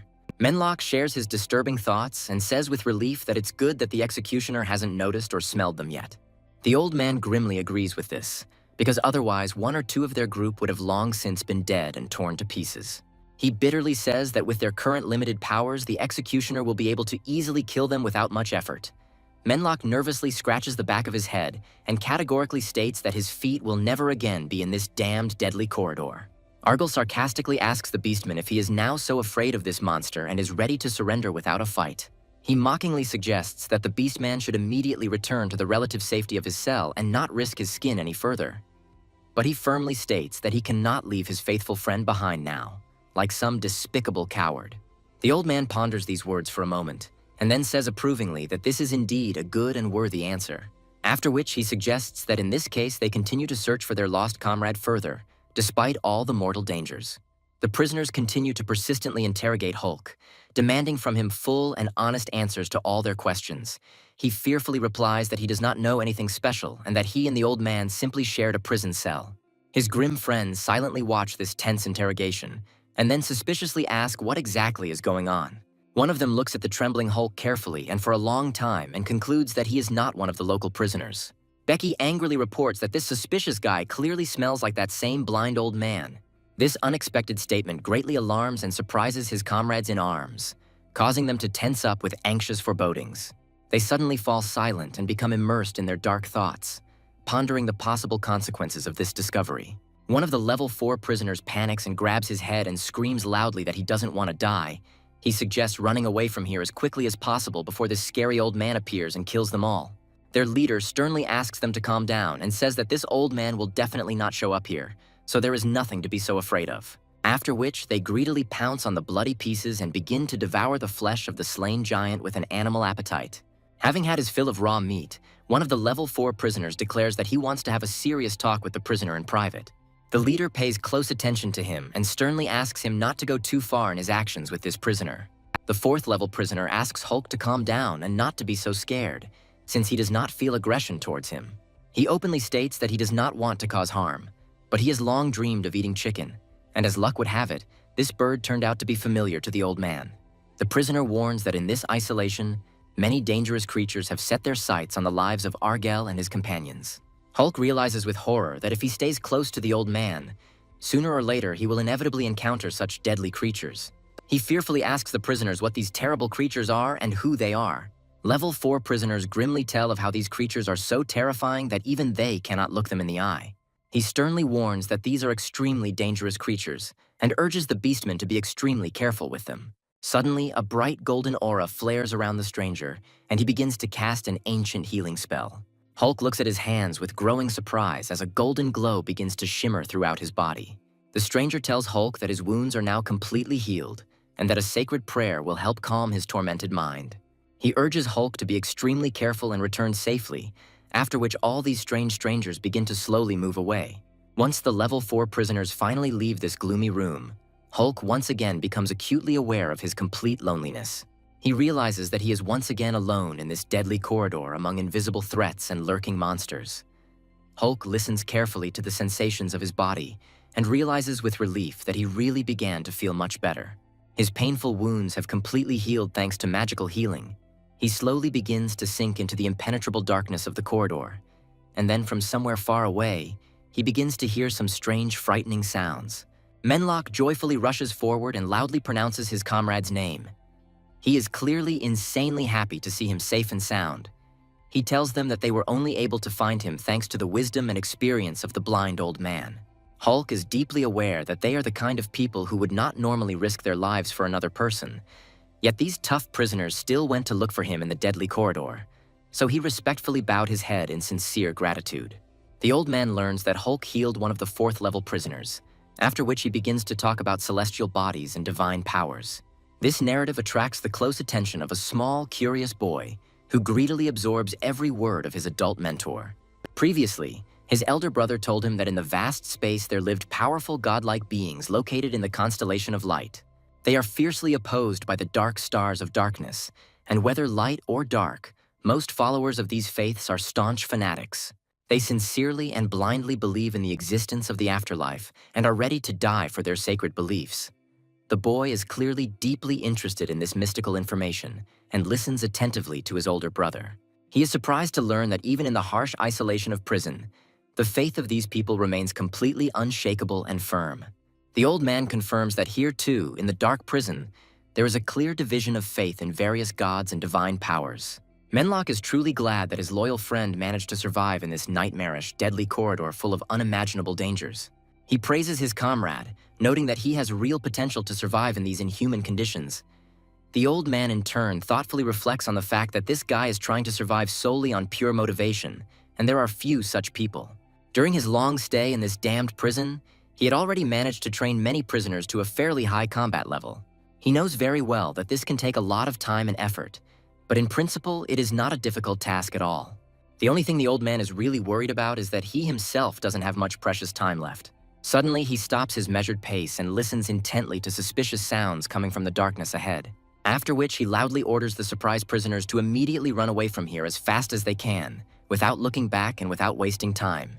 At the same moment, behind the backs of the frightened prisoners, a powerful, destructive explosion thunders with a deafening roar, shaking the walls of the corridor. In the resulting huge gap, a terrible, nightmarish monster appears with the sinister name of the Executioner. The beastmen are overcome with intense fear. A chilling horror literally paralyzes their muscles and deprives them of the ability to move quickly. The little frightened boy instinctively tries to hide behind the broad back of his older brother. A huge, disgusting creature roars terribly with a wild voice and quickly rushes at a group of prisoners. They instantly react to the mortal threat and try their best to save themselves by desperately running down a dark corridor. Hulk, running, asks his comrade what kind of terrible thing is chasing them with such bestial fury. The prisoner, out of breath, replies that it is the same executioner about whom they have heard terrible stories from other prisoners. A huge, bloodthirsty monster threateningly waves its long, vile tentacles, screams loudly and desperately tries to grab the escaping prisoners with its clawed paws. The boy quickly throws his little brother behind his back and anxiously remembers what the old man said about this creature. He remembers the words that this monster can easily kill even a level 5 prisoner. Menlock loudly curses at his comrades for continuing to chat while running and orders them to just run. Thinking that if the creature catches them, it will be the end of them all, the prisoners desperately try to catch up with the old man. Argyle speeds up his running pace and thinks that he can't let his comrades die in this place. He knows full well that the executioner is targeting him, and he needs to take this monster away from everyone else. In a loud voice, he orders his comrades to run towards the narrow passage that can be seen ahead in the wall of the corridor. The passage is quite narrow. The monster crashes into it at full speed, but cannot squeeze inside due to its size. Having lost his pursuers, Argyle turns to Hulk and says that he will lead the group to safety. He explains that they will need to run to the fork and then turn left and then right along the corridor. After which he says that he will distract the monster's attention and lead it in the opposite direction. Meanwhile, the executioner delivers numerous powerful blows in order to widen the narrow openings and squeeze through after him. Having broken through the stone wall with its claws, the terrible monster continues its furious pursuit of the fugitives through the dark corridors. The monster delivers a powerful blow, from which a huge piece of the wall flies off to the side with a roar. Argyle manages to attract the monster's attention to himself, and the executioner immediately rushes after the old man on his trail. The prisoners manage to escape pursuit. They stop and try to catch their breath. Menlock wonders in horror what other terrible monsters might be waiting for them in the dark corridors. The boy interrupts their thoughts and asks if they shouldn't fight alongside the old man. The beast man says that he is absolutely right, and they can't just leave the old man alone against such a monster. The prisoners realize that the master has survived alone for much longer than they could imagine. This means that he has encountered creepy ghosts many times before and knows how to deal with them. They conclude that they will only be a burden to the old man now and plan to get to the cell as quickly as possible. The monster, clicking its huge scissors, looms over the old man and asks if he wants him to cut off his hands. The monster asks why the old man is silent, because he had previously heard that people leave a will before they die. The old man asks a counter-question as to why the monster wants to kill him, to which the executioner replies that the old man lied and deceived him. Argyle says that he does not understand what the monster is talking about, to which the executioner loudly responds, reminding him of the time that has passed and clarifying that it happened 4 years, 4 months, 13 days, 3 hours and 45 minutes ago. He recalls that at that time the old man promised to play rock, paper, scissors with him and did not keep his promise. Argyle knows that ghosts are mentally unstable and unable to even hold a normal conversation. But this one clearly remembers him. This means only one thing. Someone sent this monster. Someone who knows him well and remembers the past. Argyle says the name, then tells the monster that 5 years ago he was just an ordinary boy. After which he asks to look at him now and appreciate how much he has changed over the years of imprisonment. He praises the boy and says that he can now even control ghosts. And in the voice of the monster, Sador replies that the old man's knowledge is truly worthy of respect and very commendable. Sador begins to talk about the hidden mark, but the old man interrupts him and says that he was simply testing him. The old man explains that one of the members of the devil-worshipping clan is a powerful necromancer. He states that even after 5 long years, he still doesn't understand anything. Argyle tells the devil's minion that they are on completely different levels of strength and skill. The executioner begins to scream loudly in rage, after which he angrily asks if the old man is sure of this statement.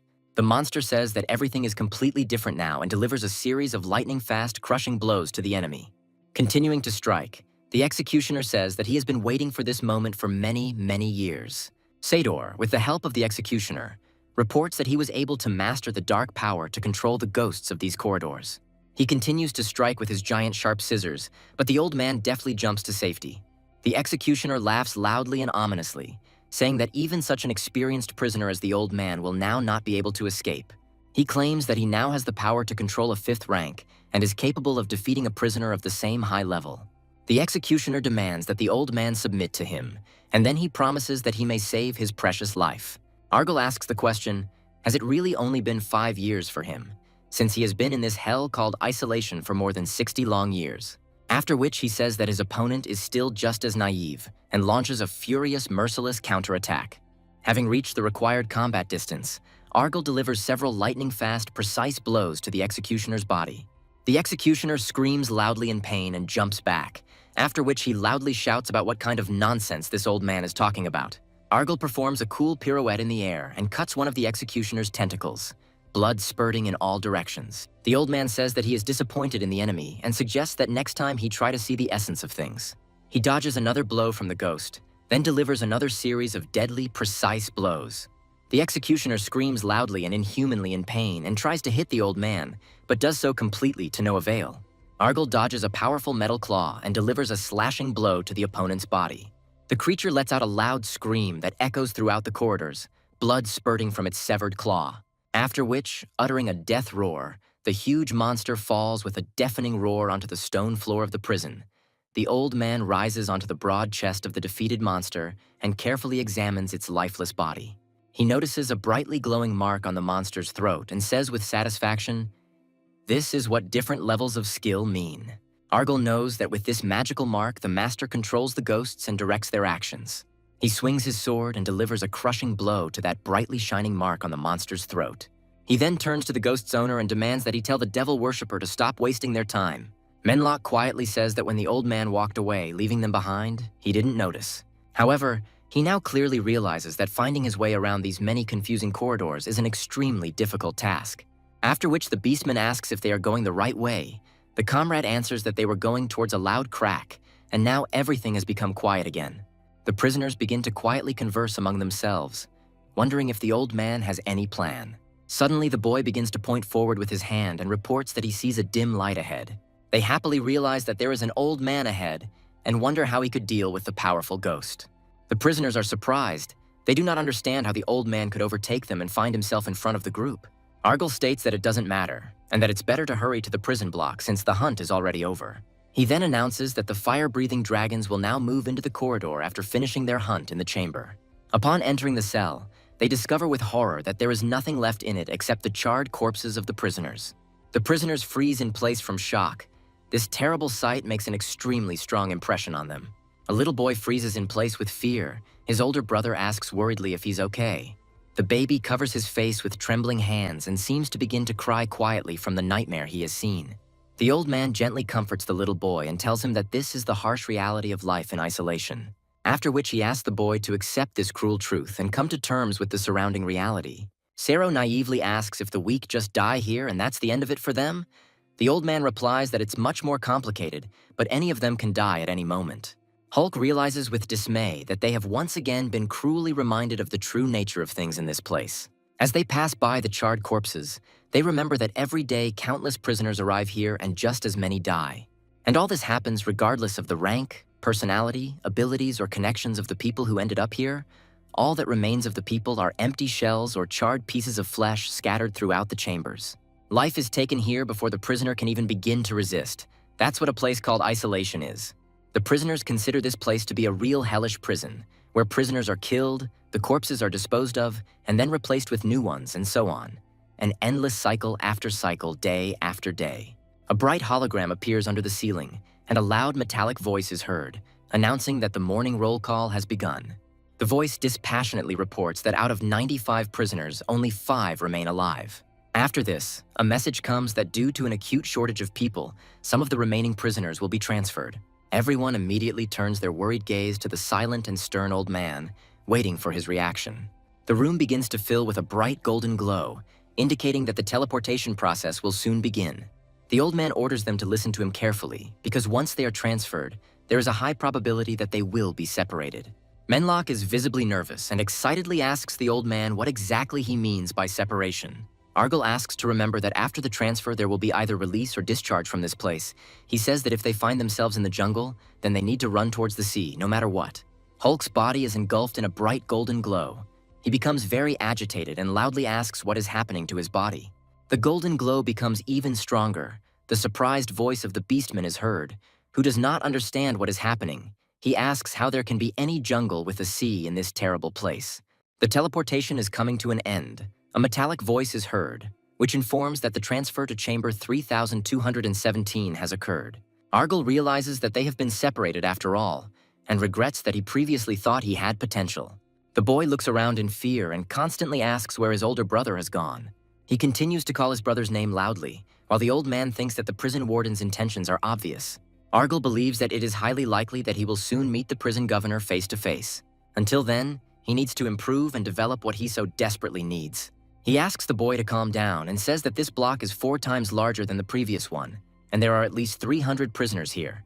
At this moment, prisoners begin to appear from the far corners of the block. They notice the old man and the boy and say that fresh meat has arrived. The prisoners are making fun of the new arrivals in every possible way and wondering what this is because they brought a brat and an old man here. They intend to make the old man their slave and begin to think what to do with this little one. A beastly grin appears on their faces and they talk about how this boy is perfect for their sick fantasies. The kid hides behind the old man's back and says in fear that these people have a very strange look. Suddenly, a loud female voice is heard. The stranger asks the prisoners why they are so greedy. She says that it is obvious that this boy belongs to her and not to them. A striking woman appears in the block, surrounded by 24 large and muscular men. The girl casts a disdainful glance at the prisoners and says that these are very bold words for outsiders. The aggressive prisoners immediately begin to flee, while the old man and the boy remain standing motionless in place. The girl says that these idiots never learn anything and orders her people to bring the boy to her immediately. A big guy roughly grabs the boy by the hand and imperiously orders him to follow him. The baby is very scared. He screams loudly, "No," and desperately tries to hide behind the old man's back. He wonders in bewilderment why old man Argyle is just standing there pretending not to understand anything. The boy tries to resist and break free from the strong grip, but the thug demands that he shut up and not resist. Sero is very afraid and absolutely does not want to follow this threatening man. A moment later, the boy suddenly loses consciousness, falls to the cold ground and begins to convulse. A seizure takes over his small body, which begins to shake uncontrollably with convulsions. The big man wonders what the hell is going on. He does not understand what just happened to the child. Rosanna angrily asks the man what he did. She is very unhappy that her subordinates cannot do anything properly at all. The old man believes that he can finally see the true value of the object that the prison warden entrusted to him. Meanwhile, the boy continues to have intense convulsions, and his hands gradually become covered with a thick layer of dense fur. The bully tries to justify himself. He says that he did nothing special with the boy, after which he turns to him in fear. The old man continues to watch the scene unfolding indifferently and hopes that the boy will now show everything he is capable of. Sero begins to transform, gradually turning into a powerful beast man, giving in to uncontrollable instincts and inner urges. The numerous prisoners standing in front of him fall silent and stare intently at the baby who has turned into a werewolf. The girl smiles happily. She believes that the guy is worthy of being raised under her guidance. She orders no delay and forces her subordinate to immediately catch this unusual boy at any cost. At that moment, the boy begins to roar loudly and furiously rushes at the huge brute. He delivers a powerful blow, and the man miraculously manages to dodge it at the very last moment. The man cannot kill the boy as ordered and demands that the boy behave well and not resist. However, the boy delivers another series of wild blows, the man loudly swears, calling him a little bastard. Gradually, the bully begins to grow furious with anger and unleashes a stream of new rude curses on the boy. Another big guy runs up to his aid and is about to deliver a powerful blow to the boy. However, Sero deftly dodges the attack, and the man accidentally delivers a powerful slap to his comrade. After some time, they manage to catch the boy. The eldest of the bandits rudely addresses the old man. He asks what he is still doing here and why he does not leave their territory. He angrily shouts an order to get away, after which he contemptuously calls Argyle an old man and prepares to deliver a crushing blow. Argyle demonstrates flawless technical movement, and then with one masterful throw sends the huge hulk straight to the cold ground. His comrade is deeply surprised, as he did not expect such fighting skills from an elderly-looking man. Argyle, without wasting a second or slowing down, resolutely heads towards another prisoner who is holding a defenseless boy in his arms. The next second, he delivers a powerful blow straight to the chest with such force that the blow echoes throughout the area. The force of the blow is so destructive that it easily throws this 100-kilogram man a considerable distance to the side. The duel quickly ends. The old man stands motionless next to the boy and 2 defeated prisoners lying on the cold floor. The girl quietly claps her hands and says with a slight smile that this really makes a very strong impression on her. Despite the fact that the boy had lost control of himself and was still no match for the experienced second-level prisoners, For such a young age, he acted quite sophisticatedly and was clearly not without natural talent.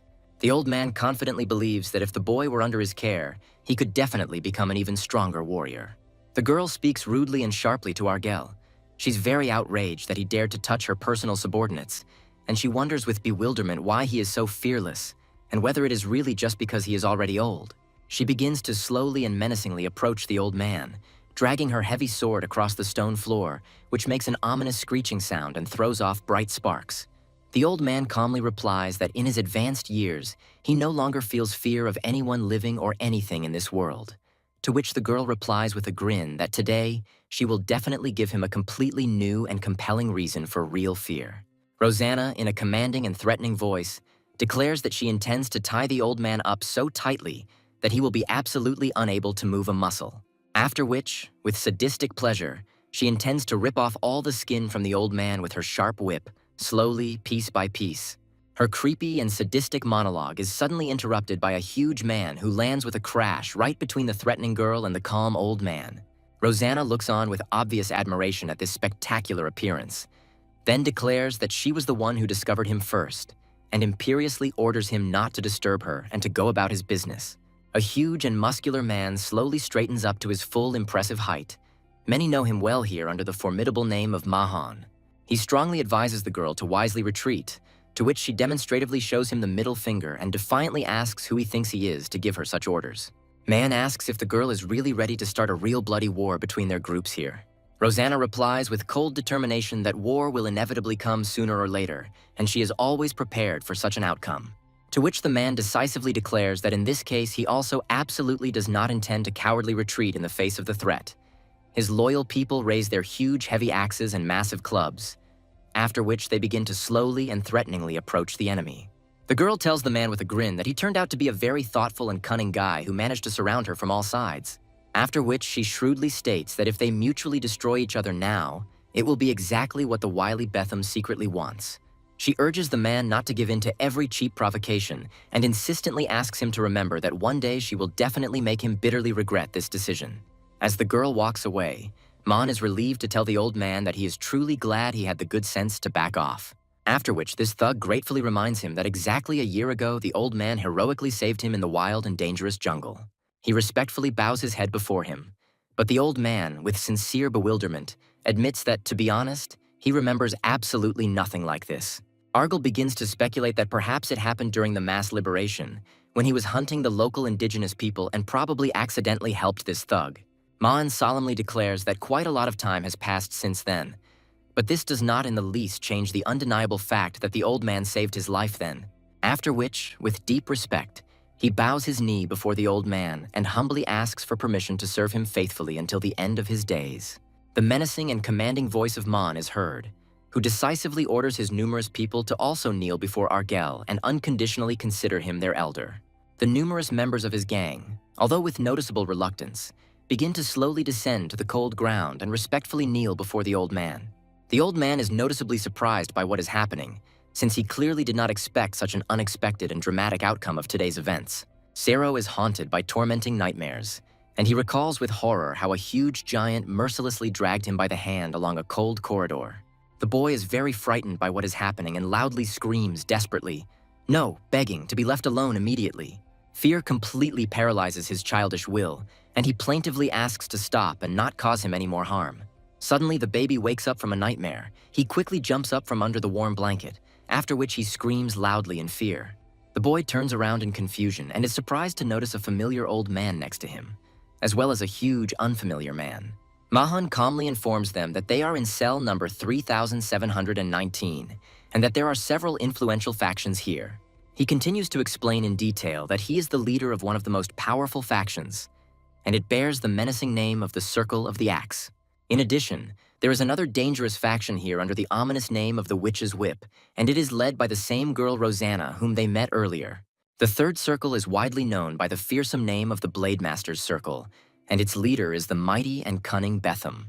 The man goes into detail about how all the leaders of these powerful groups, without exception, are dangerous third-class prisoners. These three factions carefully maintain a fragile balance of power in this cursed place, and at the moment, everyone is actively preparing for the upcoming liberation. Each circle methodically carries out reconnaissance and search operations in areas located near their cells. The old man approvingly tells the man that he has indeed adapted well to the harsh conditions of long-term isolation. The big man sincerely thanks him for his support and proudly says that it was thanks to the old man that he was able to successfully form his own faction. Argyle intends to rest a little with the boy, to which the man asks to call him at any time if anything is needed, and promises to bring some food. The boy begins to think that he is very weak and that this is precisely why no one needs him. Argyle at this time thinks that the boy most likely does not remember his short-term awakening. He tells the boy that if he had left him, they would not be sitting together now. After this, Argyle asks the boy if he is scared. Sero replies that he is, because his older brother is not with him now. He thinks that, unlike this strange grandfather, he is too weak and useless. The old man answers the little boy that he understood everything incorrectly, because being weak or strong is not something he can decide on his own. Argyle really wants the boy to be able to survive here, in this prison called Solitude. He tells the baby that if he wants it, he will help him. The old man promises to teach how to drive out the darkness from the very depths of the heart and become stronger. And to begin with, he persistently asks the boy to eat well in order to gain strength for the upcoming trials. After which Argyle asks the boy a direct question. Does he know what even such an experienced old man fears most in the world? Sero, with childish sincerity, answers that he absolutely does not know the correct answer to this difficult question. The old man points to a cup of creepy crawling insects and says gloomily that this is hunger, since there is nothing more painful than prolonged, debilitating hunger. He categorically states that no one alive can become truly strong on an empty stomach, and this is a harsh reality that the boy will inevitably have to come to terms with. Argyle firmly tells Sero that in order for him to truly become a strong warrior, he needs to eat any food available on a regular basis. The baby continues to look with disgust at the creepy, wriggling insects in the dirty cup, and with great difficulty restrains the painful gag reflex. He firmly tells himself that he will definitely become much stronger, after which he decisively takes one of the creepy insects and begins to slowly eat it with disgust. The prisoner anxiously asks his comrade where their formidable leader is now, to which he calmly replies that she is busy compiling and sending an important report. In one of the dark rooms, there is a mysterious ancient altar. After some time, a brightly shining ball suddenly appears on it. Rosanna falls to her knees and begins to bow low before the altar, demonstrating submission and humility. A heavy male voice begins to come from the ball, asking the girl about her current affairs. Rosanna replies that they have already collected about half of the live specimens, and at this rate, the next phase will be completed on time.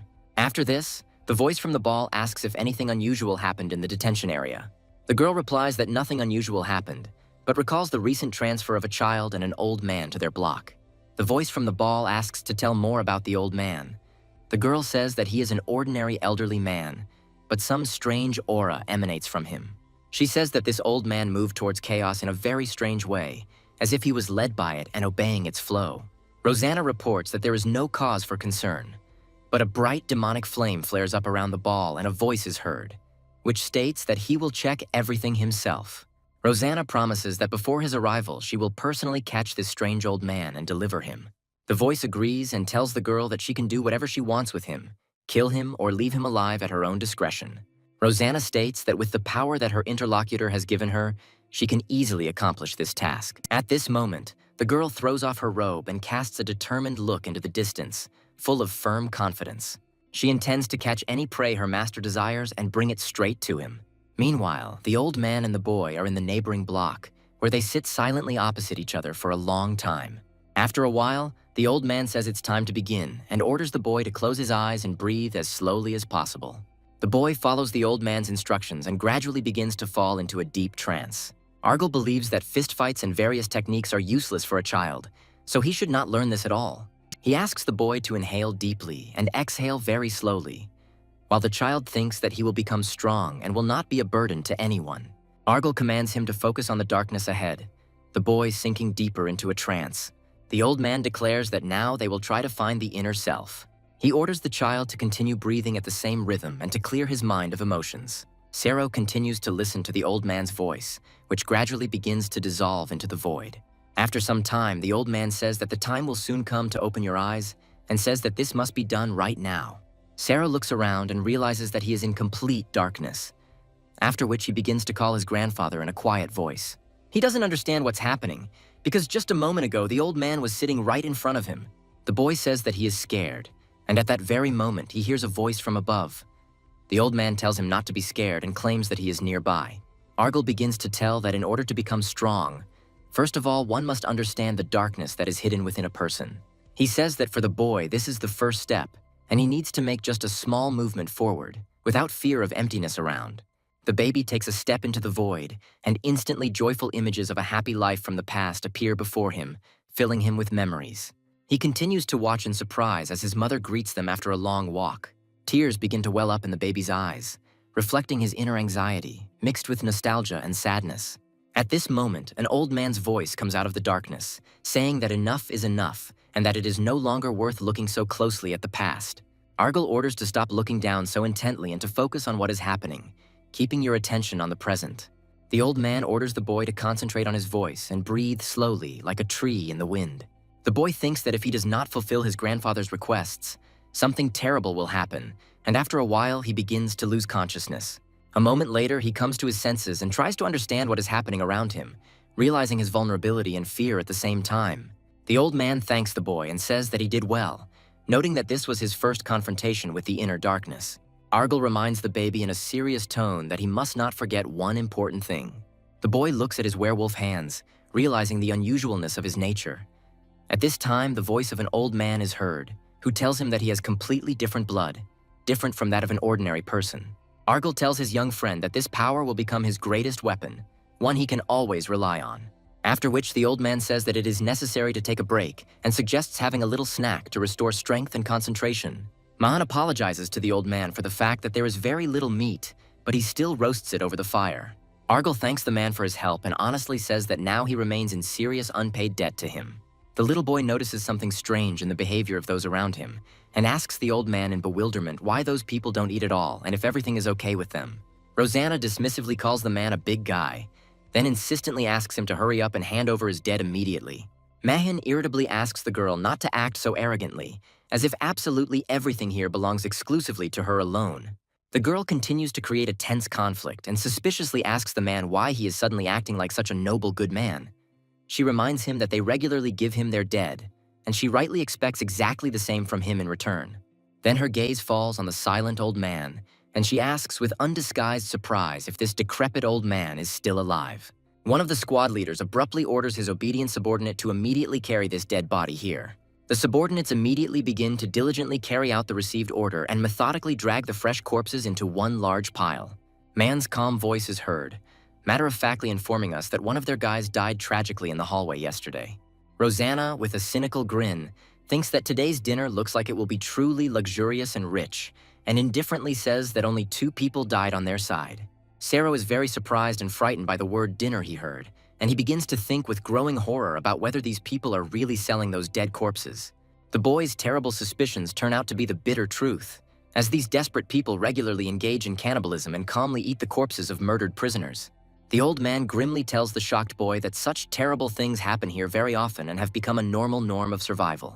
The boy begins to feel painfully nauseous, but the old man insistently asks him not to turn his stomach inside out, because this is valuable monster meat. He warns that if the baby spits out what he ate now, then later he will finally lose his last will to live and the desire to resist.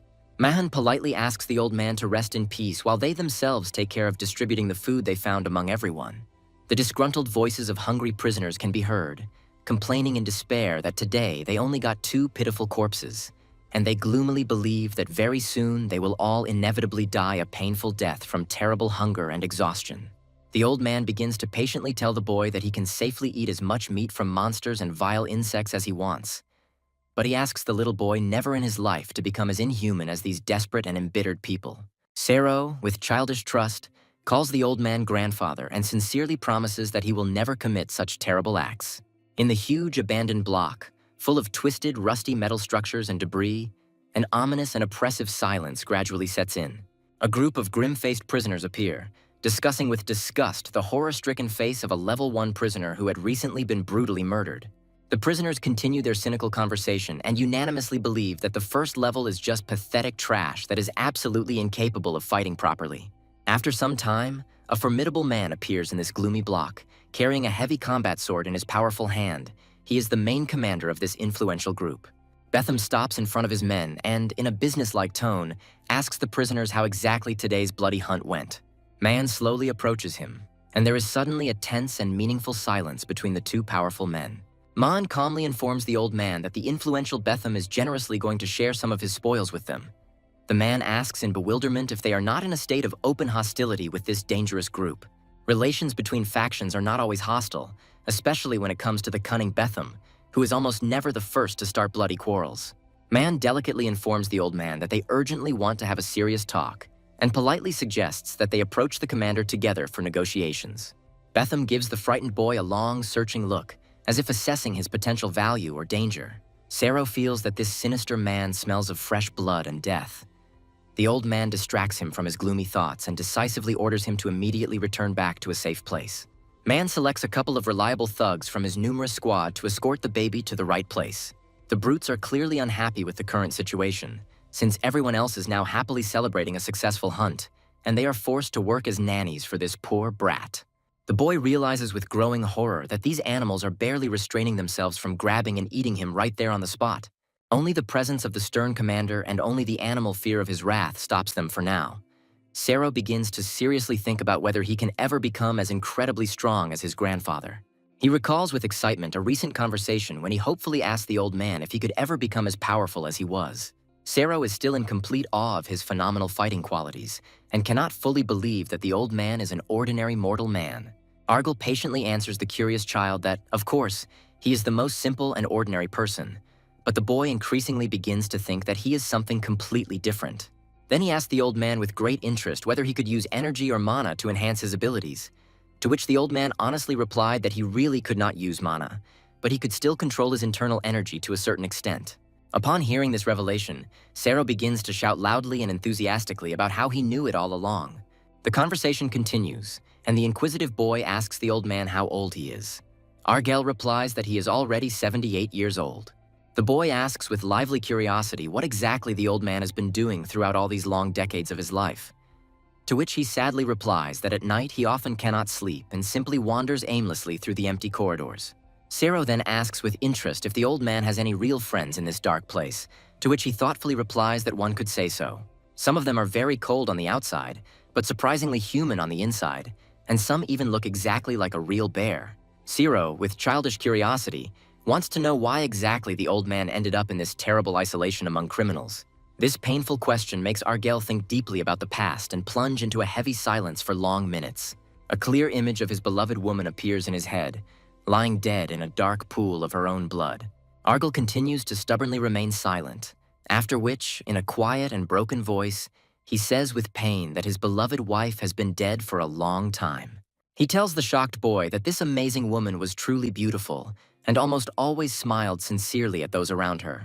The kid vaguely remembers that the old man asked to continue this difficult conversation next time, but his sad memories are suddenly interrupted by the sharp sound of a whip.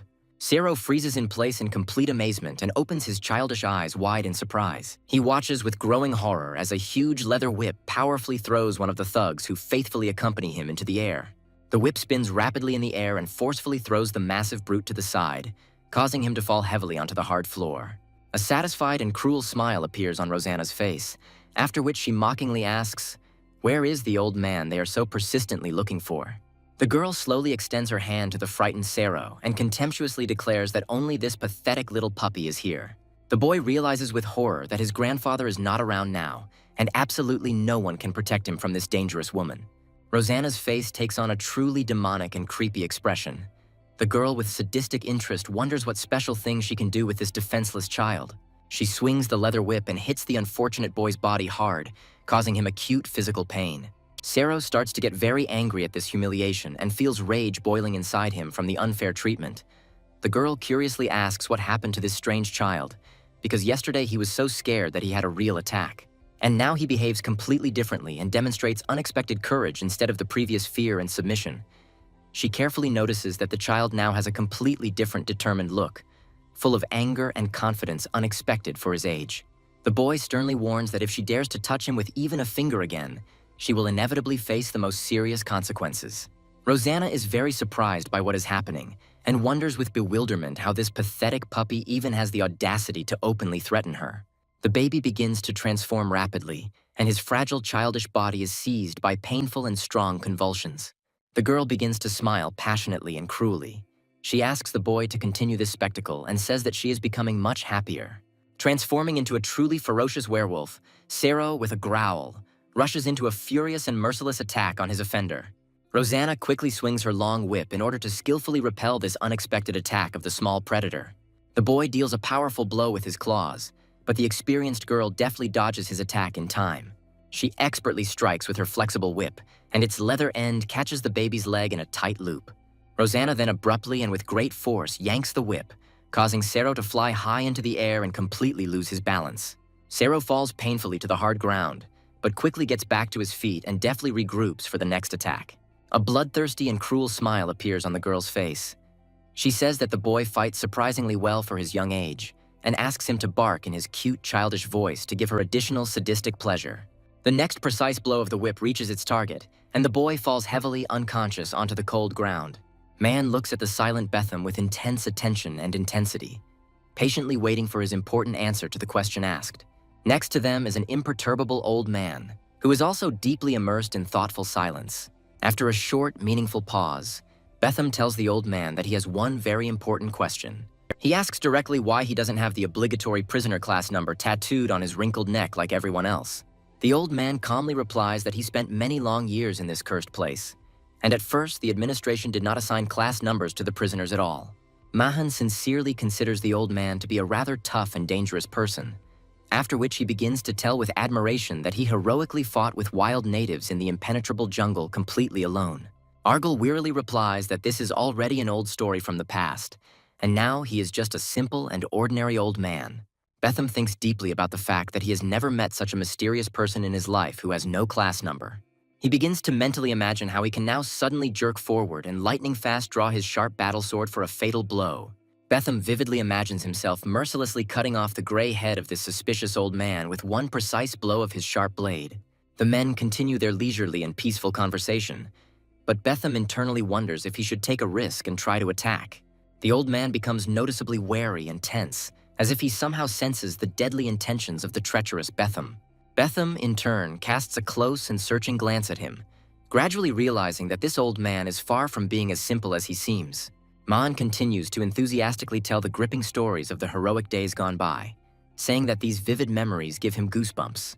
Argyle politely thanks the men for the pleasant conversation and generous treat, after which he stands up and businesslike announces that it is time for him to return to his business. He explains that he needs to constantly look after the child, and along the way says that he will take the remaining meat of the monster with him. Betham remains sitting perfectly still, clutching the cold hilt of his trusty blade tightly, wondering agonizingly if the old man has sensed his hidden lust for murder.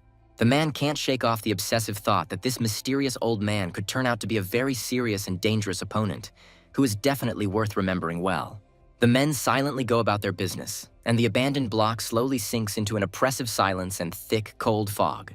Sero lies unconscious on the cold floor, his hands tightly bound by a huge and heavy metal chain.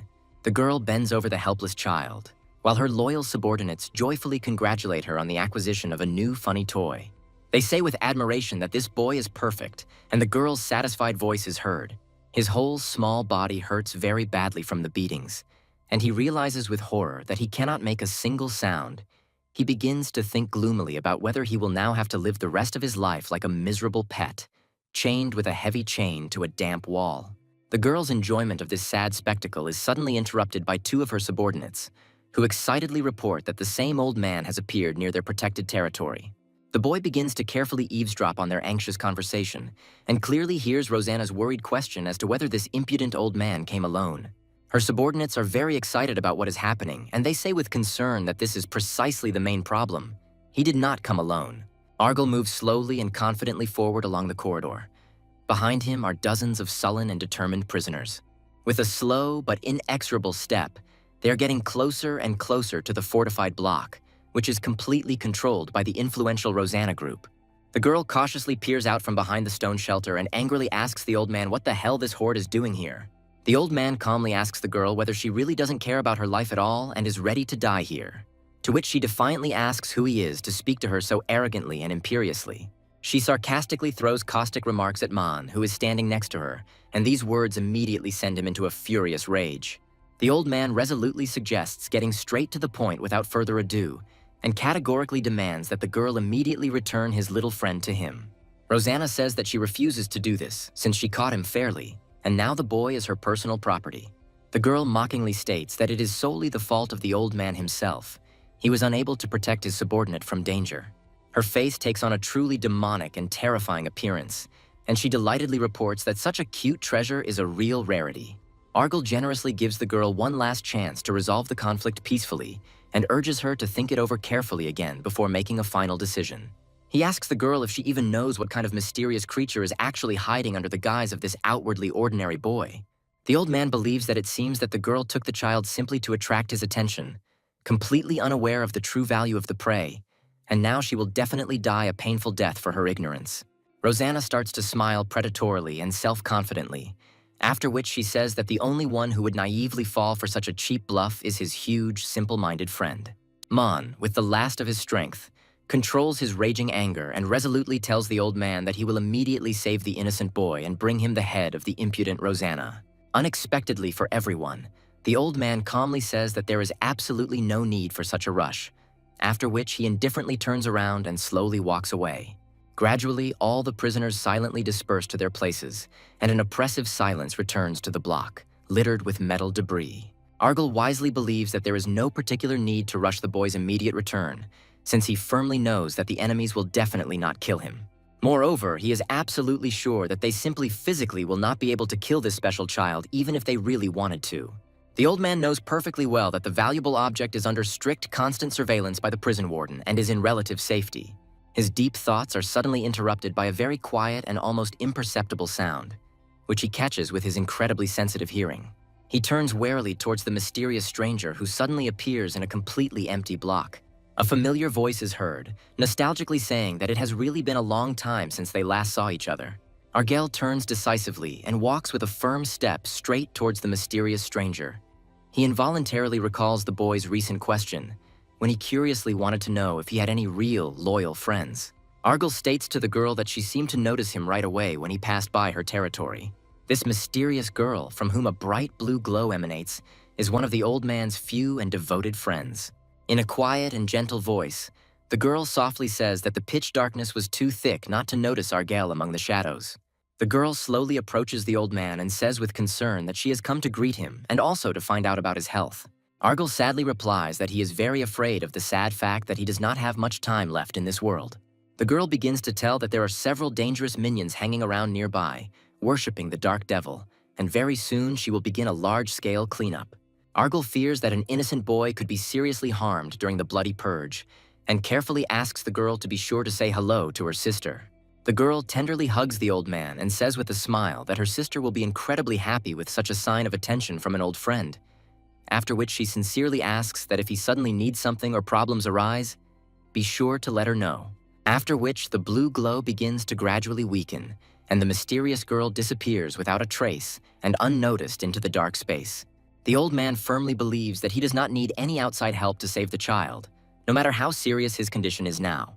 He slowly approaches the entrance to another abandoned block and sadly thinks about how he has really aged a lot lately.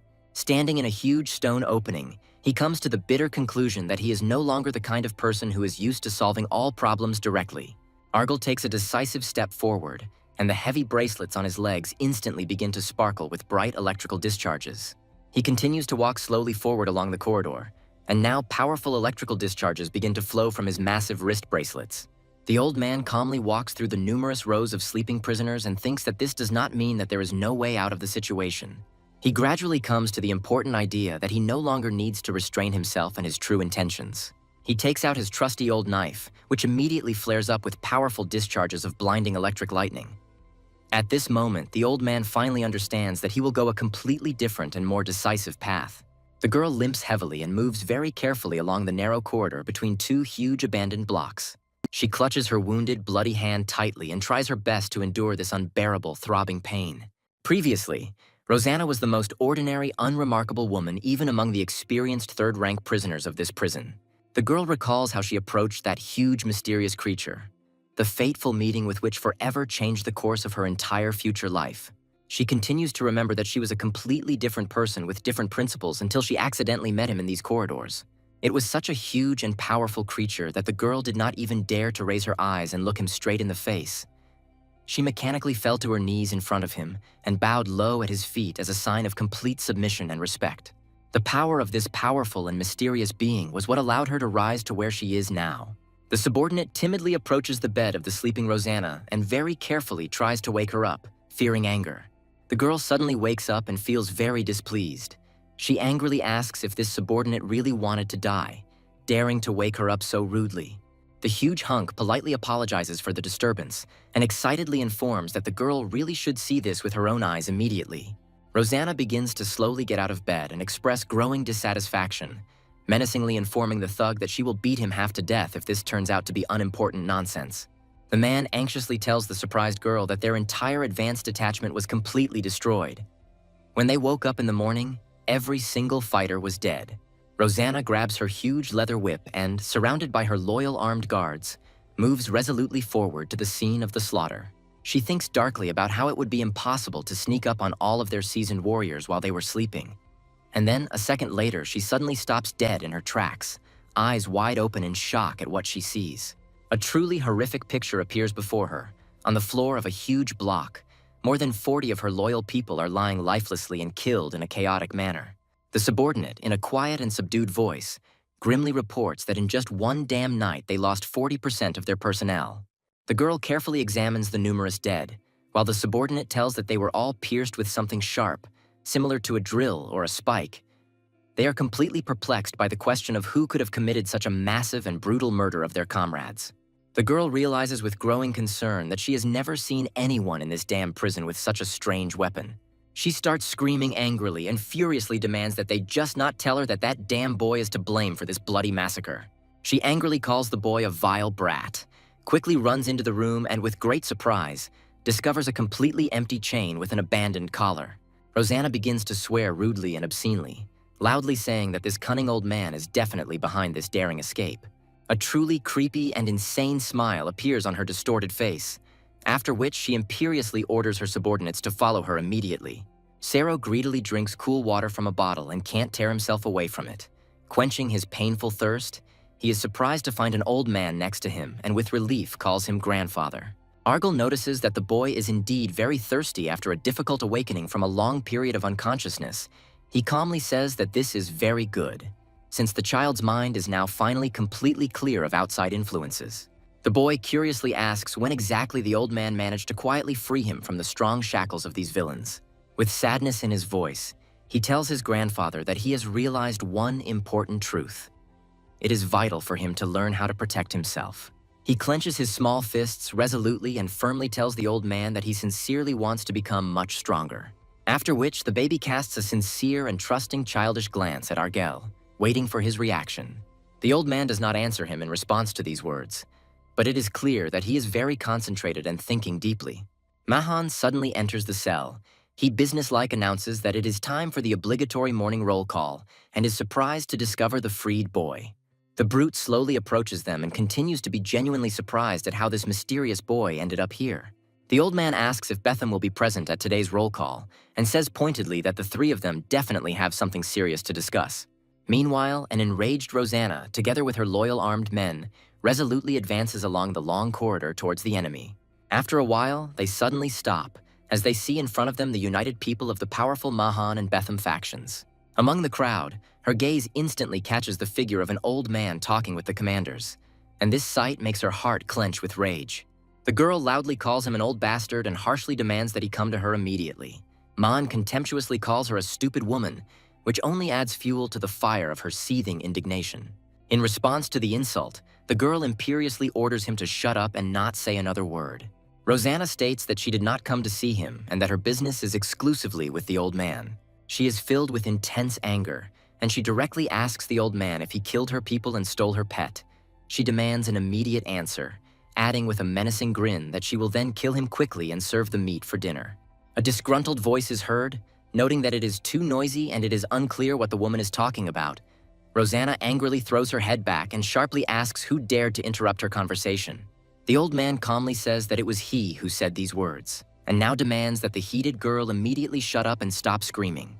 The girl's face is distorted with fierce hatred, She simply cannot find words from the overwhelming anger. Her face is distorted so much that she cannot utter a sound, and a small tremor runs through her body. Argyle turns to Betham and adds that he is very keen to hear his authoritative opinion on this important issue. Rosanna tries her best to pull herself together and calm down, and then begins to listen carefully to the ongoing conversation between the commanders. Mon replies that this generous offer comes from his older brother, and they are truly grateful for such an honor, after which he announces that he is definitely in business. Betham calmly says that casualties are inevitable in this case, but it is worth it because lately food has become very difficult to find even in the corridors. Rosanna doesn't understand what they are talking about and what is happening. The old man answers her that he offered something to the commanders. He tells the girl that 40 of her people are already dead and asks how about having a celebration to celebrate. The words that they are going to capture the remaining 60 alive and make slaves out of them cause real horror in the girl. She begins to consider the gravity of the situation she finds herself in, and her anger and growing fear for the future mix. She finds this incredible, because in such a case, the fragile balance of power between the circles could be irrevocably disrupted. Each of the 3 circles contained 100 people, and this balance was carefully constructed through the equilibrium of the opposing forces. She doesn't know what tricks this old man used, but now because of him, most of her fighting units have been destroyed. And if the 2 circles unite against her, the gap in strength will become completely insurmountable for her weakened troops. These thoughts cause the girl to be overcome with terrible fear, and her eyes widen with the realization of the impending disaster. Horror finally overwhelms her when she sees how her opponents resolutely rush into the attack, and she cannot think of how to escape. The girl is increasingly gripped by the terrible clutches of paralyzing horror, who understands that she will never be able to defeat an enemy that outnumbers them 3-1. Rosanna is still unable to move from the animal fear of imminent death that paralyzes her. Meanwhile, the old man slowly makes his way towards her, leisurely walking through the bloody battlefield. The prisoners from the United Coalition furiously attack Rosanna's small squad, leaving them no chance of escape. Mahon strikes with colossal force, sending jets of blood and severed heads flying in all directions. The mortal battle continues, turning into bloody chaos, where everything around is filled with scarlet human blood. Betham uses his sword expertly, delivering precise, deadly blows to the enemies around him. Rosanna understands that her life hangs by a thread and desperately defends herself from the enemies surrounding her on all sides. Suddenly, the girl stops, her eyes widening in surprise and sharp, piercing pain. She looks down and sees 2 sharp blades piercing deep into her body. The prisoners scream wildly. They surround the girl in a tight ring and continue to stab her multiple times with their knives. Argyle philosophically notes that he warned the girl earlier that if she crossed him, she would end up dying. With slow steps, the old man enters the room in which there is a strange magical altar. As he gets closer, he realizes that there is a sphere of life there, which begins to glow brightly with a pulsating red light. The old man carefully takes the sphere of life into his hands and realizes that someone has been collecting them little by little in this chamber. He brings the sphere of life to his face and slowly begins to draw in the powerful energy emanating from it. Instantly, his body flares up with a bright, bloody aura. The old man thinks that this is not bad, but everything becomes much more complicated than he previously assumed. Argyle realizes that he will most likely be late for an important meeting with the prison warden due to these unforeseen circumstances. With the help of the sphere, he begins to talk to the mysterious stranger and reminds him that last time he sent Sador for him. He tells the stranger that he tried to connect him with the ghost, but he broke this dangerous connection. The old man hopes that his subordinates have lost their minds in the process, but in any case, he demands that they stop pursuing him, otherwise he will regret it. In a rough and heavy voice, the interlocutor answers the old man that his delirium is beginning to seriously tire him. The huge creature asks what is going on and asks the old man if he is scared now. He sees an image of an old man in his sphere and immediately recognizes him as Argyle Lastos. Argyle angrily asks if the creature really thinks someone like him can scare him and instantly begins to squeeze the sphere. The sphere bursts and shatters into small pieces. The old man declares that if the creature pursues him, it will die. Cell number 6879 is locked behind huge metal doors. Inside, there is a young man who is sitting aesthetically in a chair, all alone and leisurely drinking wine. This young man's name is Induras, and he is the vampire king and an 8th rank prisoner. Induras hears a loud voice demanding that the guards immediately get out of the way. Otherwise, he will kill everyone without exception. Induras asks the uninvited guest who he thinks he is to burst in here like that. The man replies that it is a serious matter. The commander of the demon worship squad Darkus, who is a rank 8 prisoner, announces that he has a serious proposal. Induras discontentedly informs him that he remains the same rude person as before and has not changed at all. To this remark, the creature replies that Endurus, like him, serves the empty throne and is in the same position. He once again reminds that he has a proposal and asks to help him catch Argel in any way. The creature says that because of this old man, his protege ended up dead, and he was very useful to their cause. Endurus philosophically states that among black magicians there are no teachers and students, and sooner or later he would absorb him. The vampire refuses the offer and warns that Darkus cannot cope with that old man, and therefore it is better to give up. Darkus breaks into an angry cry. He asks the vampire to remember this day and threatens that the time will come when he will regret his decision. The creature continues to shout loudly that he will catch the old man alone. The vampire sarcastically wishes him luck. Darkus leaves the room in irritation, destroying the huge metal doors of the cell as he goes. Endurus, as if nothing had happened, calmly sits down at the table to finish his wine and says in a quiet voice that his visitor is an intolerable, impudent fellow who does not know his place. After which his eyes flash a bright red glow, and he begins to think about whether it is even possible to catch old man Argel. Any prisoner who has risen to a certain rank and has ears will sooner or later hear something about this old man. Many of the prisoners have already tried unsuccessfully to catch him, after which the vampire wonders how a mere man could survive alone for decades. The huge room is littered with numerous bodies of murdered prisoners, lying in disarray on top of each other. The people of Betham shout loudly that it is time for dinner and that they have not had such a feast for a long time, after which they pounce on the corpses and begin to greedily tear them to pieces with their teeth.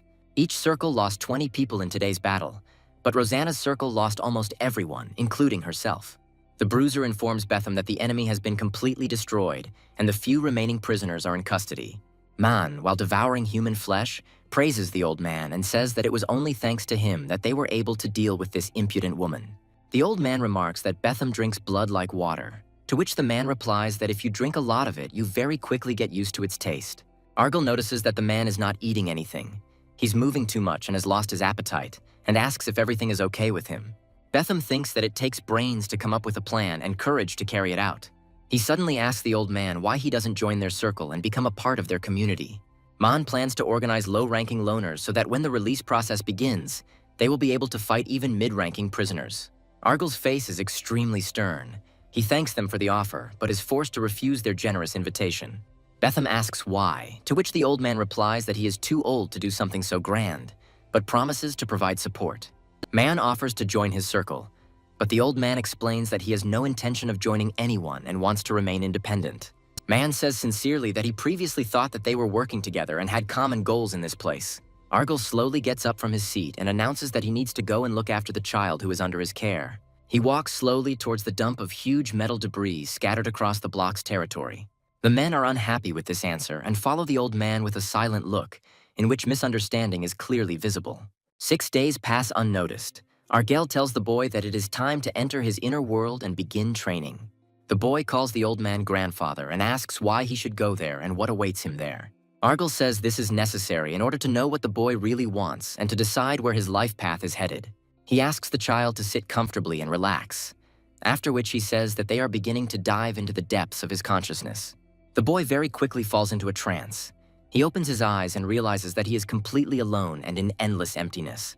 He is experiencing great tension. The baby is entering his inner world for the 8th time and continues to move forward through this strange space.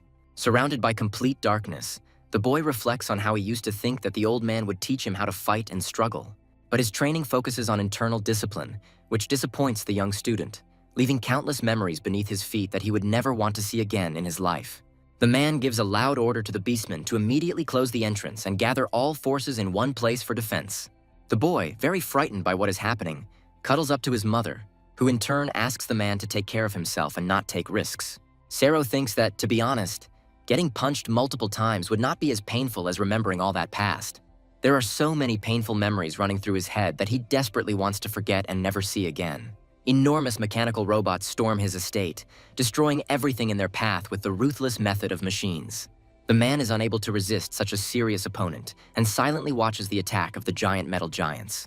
Sero is increasingly immersed in memories of parting with people he once truly loved and cherished. He reassures himself that everything is fine and all this is in the past, after which he thinks that his grandfather told him to do this, which means there must be a good reason for it. Argel's loud voice is heard. The man orders to imprint this in his heart once again and under no circumstances to look down into the darkness. He asks the baby to believe in him and continue to move forward slowly, despite all the fears and doubts.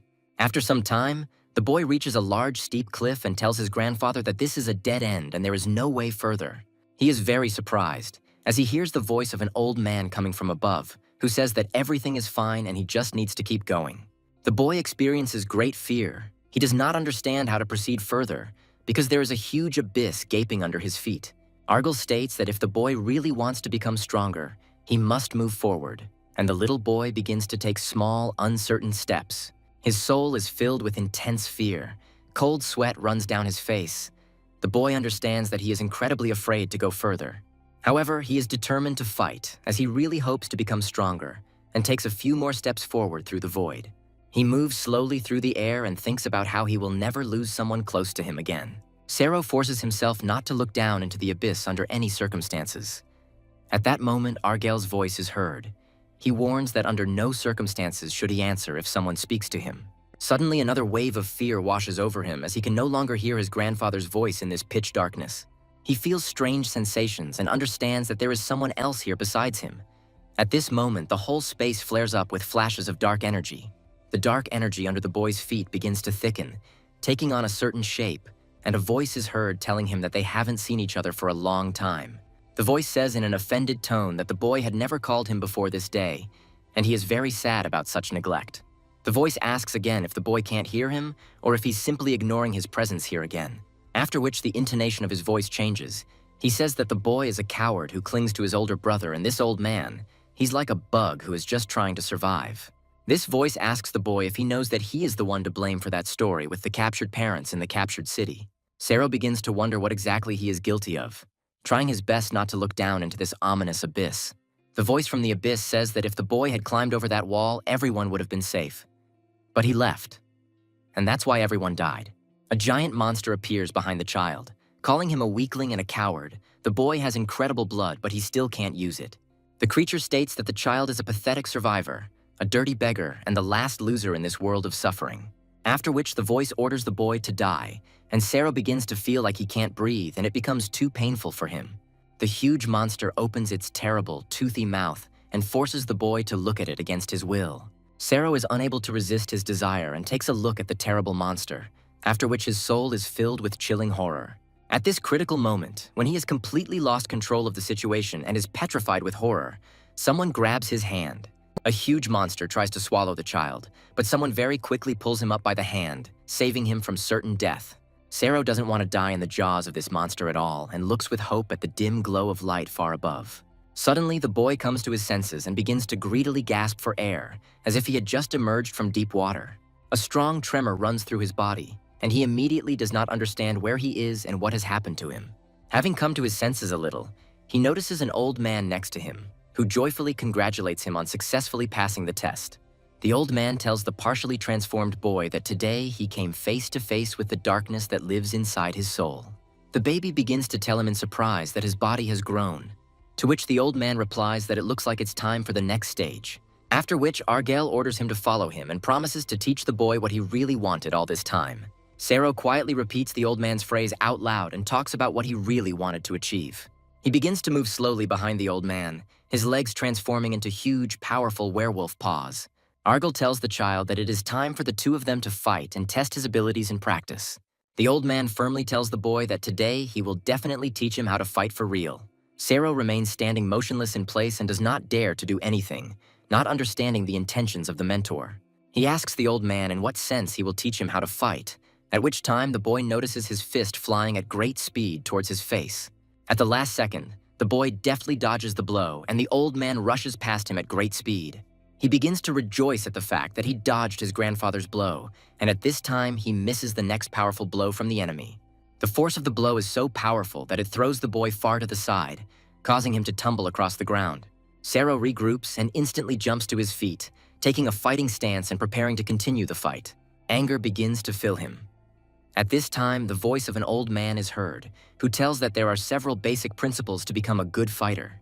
The old man unleashes a barrage of rapid strikes on Sero and states that the first principle is to fight using instinct. He continues to hit the boy repeatedly and says that a wild animal instinct lives inside him. Argal throws a powerful punch and knocks the boy to the floor, then orders him to pull him out and use that instinct to win. Argal says the child has no problem with strength, but his movements are too easy to calculate and predict. Sero grits his teeth and begins to growl loudly from the growing anger and rage that has taken hold of his soul. He suddenly rushes forward and delivers a powerful blow, putting all his strength into the movement. However, Argal manages to jump back at the last moment, avoiding a direct hit.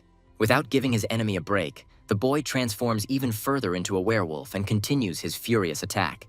The old man orders him to go with the flow and destroy everything with his uncontrolled emotions and animal rage. Sero's body is filled with unprecedented, enormous power, and he delivers a series of devastating blows. Argal dodges the blows and happily says that the boy is gradually grasping the essence of martial arts. It requires Sero to not only aim his attacks at the head, but also attack other parts of the body. The old man demands that the child stop trying to understand the situation with his mind and start using only animal instincts. He knows better than anyone that the ability to immediately apply what you have learned in practice is a great and rare talent. The old man repels another attack from the boy, after which he deals him a powerful blow that throws the child aside. Argal then states that now is the time to explain the second principle of a good fighter. He rushes into the attack and delivers a series of lightning-fast blows, not giving the boy time to recover. The boy is hit with monstrous force, and the old man's voice is heard, declaring that he should know what it's like to be beaten. The baby slowly falls to the ground, at which point the old man explains that those who have felt real pain are on a completely different level than those who have not felt it. Argal continues to throw punches and says that anyone can be taught to punch, but taking a punch is a higher art, after which he makes a sharp move and does a sweep, from which the child flies into the air, losing his balance. The old man finishes his attack with a series of precise punches to the body. Finally, he takes a running start, picks up speed, and delivers a powerful kick to the boy's body. Sero flies far to the side. A tense silence reigns in the room, and it seems that the brutal fight is over. Sero continues to lie on the floor, not moving or regaining consciousness. After a few seconds, his transformed body begins to emit a bright golden aura, pulsating with a soft light. In a confident voice, the old man tells the child that he is capable of much more than he showed today. The bright golden glow emanating from the boy becomes stronger and more intense with each passing second.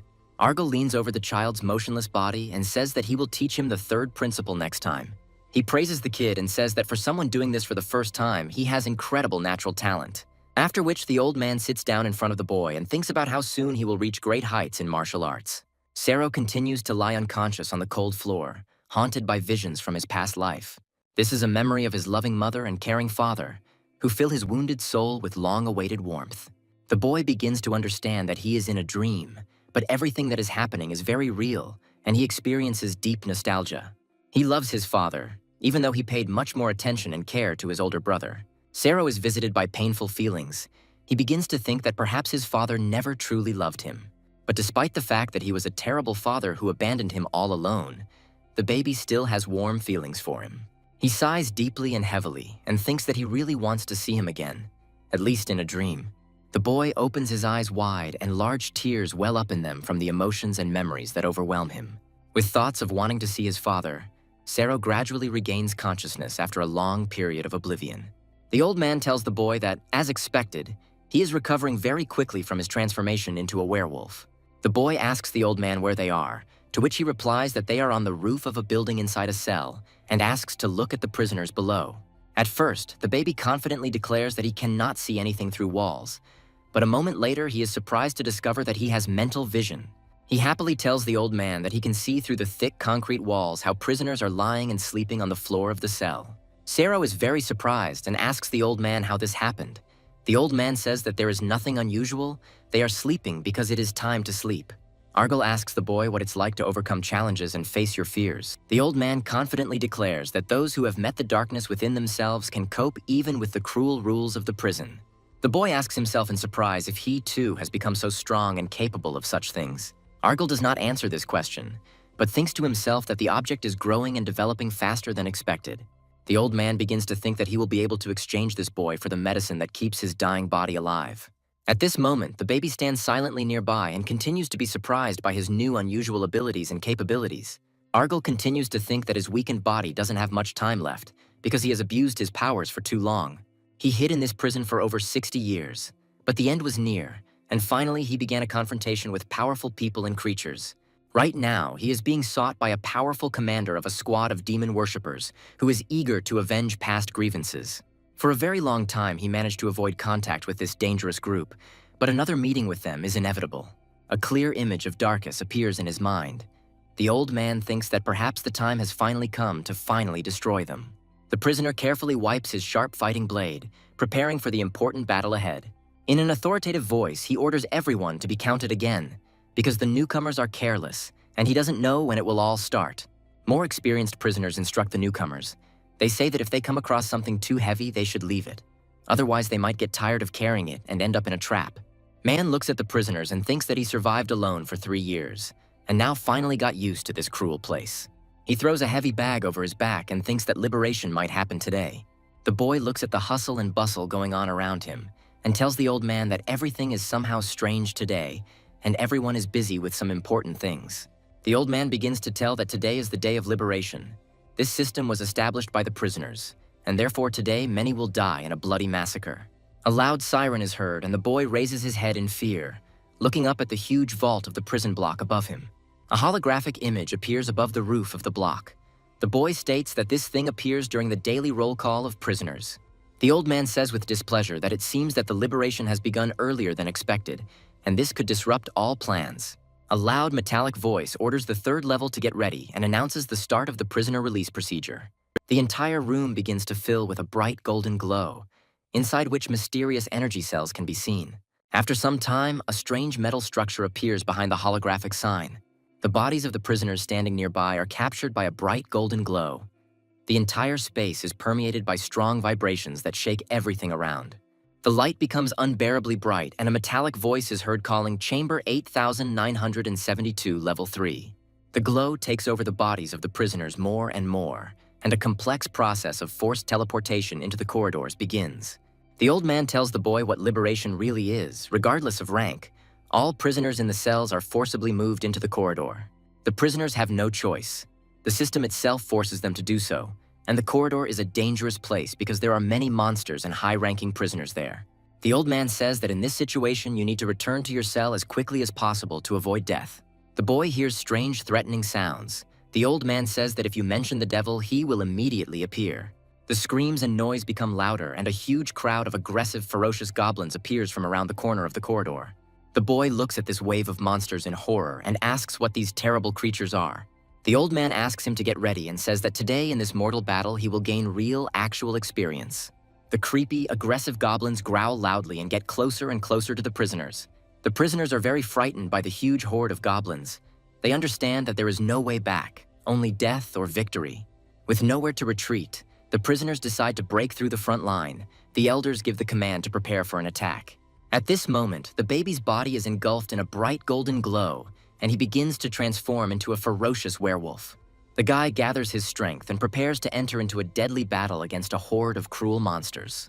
The old man takes out his trusty knife, thinking that he cannot let the boy die here, and orders him to hold on. Within moments, the first wave of goblins crashes into the prisoners, and a bloody battle to the death begins. The goblins make quick work of weak prisoners, tearing their bodies to pieces and cutting them with sharp knives. The bloody battle continues. Pieces of severed bodies fly around, and everything is covered in scarlet human blood. Sero deftly fights off the monsters attacking him, inflicting mortal wounds on them with his long, sharp claws.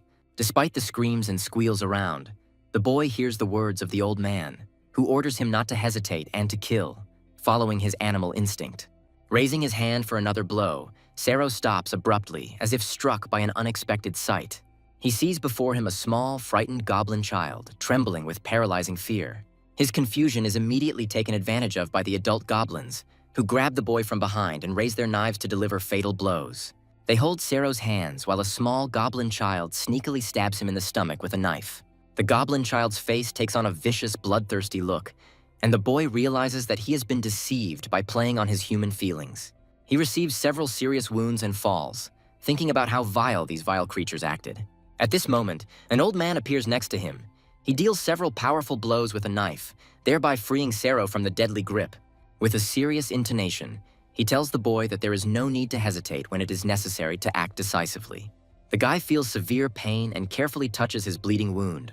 The voice of an old man is heard, who orders him to get used to killing. He tells the boy that now is the time to understand that if he does not kill, he will die himself, and once again orders him to forget about emotions and move forward. He says that the boy should get used to such cruel situations, at which point, loudly shouting at the prisoners, a second wave of evil goblins descends. Sero launches a furious attack. The old man realizes that among prisoners of his level, the boy's strength is 10 times greater. He believes that there is no need to be afraid just because there are more opponents. A group of goblins surround Mon, but the brute throws them in all directions like rag dolls with powerful blows. Betham, who is nearby, knows full well that goblins are extremely weak opponents who don't even deserve a rank, and easily cuts them into pieces with his sword. Moving forward confidently and with no doubts about success, he methodically chops up dozens of goblins into small bloody pieces in a matter of minutes. The old man asks the boy to look closely at the fighting giant and explains that everything that is happening is only a means for his further growth. The goblin attack finally ceases, after which a loud, piercing sound signal can be clearly heard in the air. The door of the huge block opens with force, and from the darkness comes a piercing, loud howl, which makes the prisoners freeze in alarm and prepare themselves. The prisoners continue to move slowly down the long corridor, and a fork awaits them ahead, where they begin to wonder which path to take and where exactly each of them is going. Mahan suggests choosing the wide road, arguing that it is easier to prepare for possible enemy attacks and to better control the situation. Betham counters by explaining that the wider the road, the higher the chance of encountering many monsters, while narrow roads allow one to avoid major battles and conserve strength. The old man listens attentively to the conversation, realizing that there really is a grain of truth in Betham's words, since strong monsters often guard precisely narrow spaces. Man's voice is heard asking what they will do in such a case to avoid being trapped or finding themselves in a less advantageous position. Mahan tells Betham that if they follow his plan, they will surely find themselves in danger, and in a quiet voice, the old man tells the boy that he must follow him when he starts running. Suddenly, the old man takes off. The boy hesitates a little, but immediately rushes after him. The squad leaders stop talking and look in surprise at the strange reaction of the old man and the boy. After running for a long time, the boy stops, tries to catch his breath, and asks the old man to wait. He asks why they split up and whether it would be safer to go together. Argyle replies that no. A large group attracts more attention, and it is better to look for unoccupied cells. Sero begins to think that the old man is probably right, because these guys always fought among themselves. The old man states that even after many years of survival, one thing must be remembered. Everything here is permeated with a chilling fear, yet they did not show an ounce of fear. The boy understands that the old man is saying serious things and that there is something more hidden behind it. Their conversation is suddenly interrupted by loud and distinct footsteps echoing down the long, deserted corridor. Then a loud, excited voice is heard, which says with obvious relief that the old man and the child are still alive. Betham appears in the corridor with his men, the man sarcastically saying that he felt lonely when they ran ahead. Argyle becomes stern, asking the commander what happened to Mon. The man replies that they separated because the prisoners had a disagreement and suggests that they go to the cell together. Suddenly, Argyle demands that this stupid performance be stopped and recalls the evening when the three of them first met Mon. The old man states that he already understood who they were by then and tells the man that he drank blood as if he had long been accustomed to it. Argyle has no doubt that this circle really belongs to a vampire named Indaras. A bloodthirsty smile appears on Betham's face. He thinks that he was not mistaken about the old man. Betham states that his master has ordered them to be accompanied with special care, and he is closely monitoring the old man's every action. After this, he asks why he doesn't go with them, since he needs to fulfill his master's order.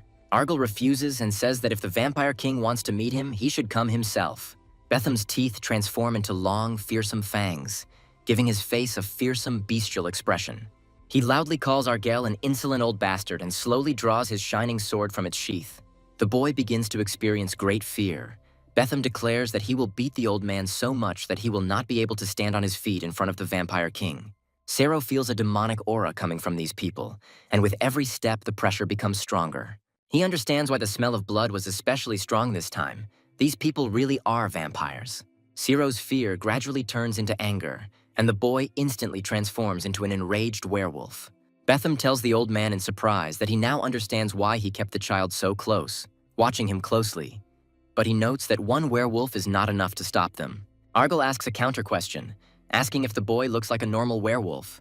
The old man reminds that his older brother was an ordinary werewolf, but with this boy, everything is different. Different blood flows through him.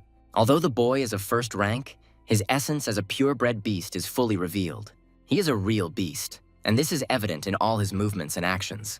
Sero undergoes a visibly different transformation, going from a small boy to a huge, ferocious werewolf. The old man is very surprised that even in these critical circumstances, the boy grew up so quickly. Sero's eyes glow with a bright demonic light as he lets out a loud roar and glares angrily at the prisoners. Betham and his men stop and do not dare to rush into the attack. The old man takes out his trusty knife and quietly tells the boy that he can keep the change for himself. He then orders the boy to deal with the circle's commander, and he instantly rushes forward. Betham smiles bloodthirstily and asks if the boy really considers himself worthy of fighting him on equal terms. He suddenly moves forward and strikes with his blade, but Sero instantly dodges, avoiding the deadly blade. The old man, meanwhile, launches a desperate attack on the remaining prisoners, striking them multiple times, blood spurting in all directions and flooding the surrounding area. Argyle suddenly cuts his hand with a knife and generously sprinkles his blood on the prisoners, causing them confusion. He continues to spray blood on the approaching prisoners, who begin to wonder in confusion what this old man is doing. The vampires go crazy from the sweet smell of blood, start pushing each other and, like zombies, head towards the old man.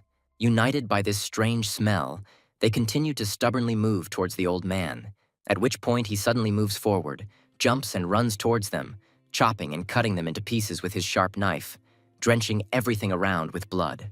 Watching this truly horrific and bloody picture, a painful and completely crazy smile slowly appears on Betham's face. He continues the intense duel with the enemy and delivers a powerful, crushing blow to the body of the werewolf boy. Betham's appearance becomes truly terrifying and demonic. Now he finally understands why his powerful lord was so interested in this old man. He wonders who would have thought that the blood of some decrepit old man would smell so strange and unusual. The vampire thinks that he can easily deal with this little freak and taste his blood to the full, after which he quickly rushes into a furious attack on the werewolf boy. Sero watches the approach of a strong and dangerous enemy closely and sincerely hopes to successfully repel his powerful attack. Betham begins to roar inhumanly and furiously declares that the first thing he will do is deal with this annoying boy. He delivers a series of quick and precise blows with his sharp sword, which Sero manages to dodge with great difficulty. Betham increases the pressure on his opponent significantly and delivers deadly blows one after another without stopping. He pins the werewolf boy against the cold stone wall and smugly believes that this boy is finally trapped.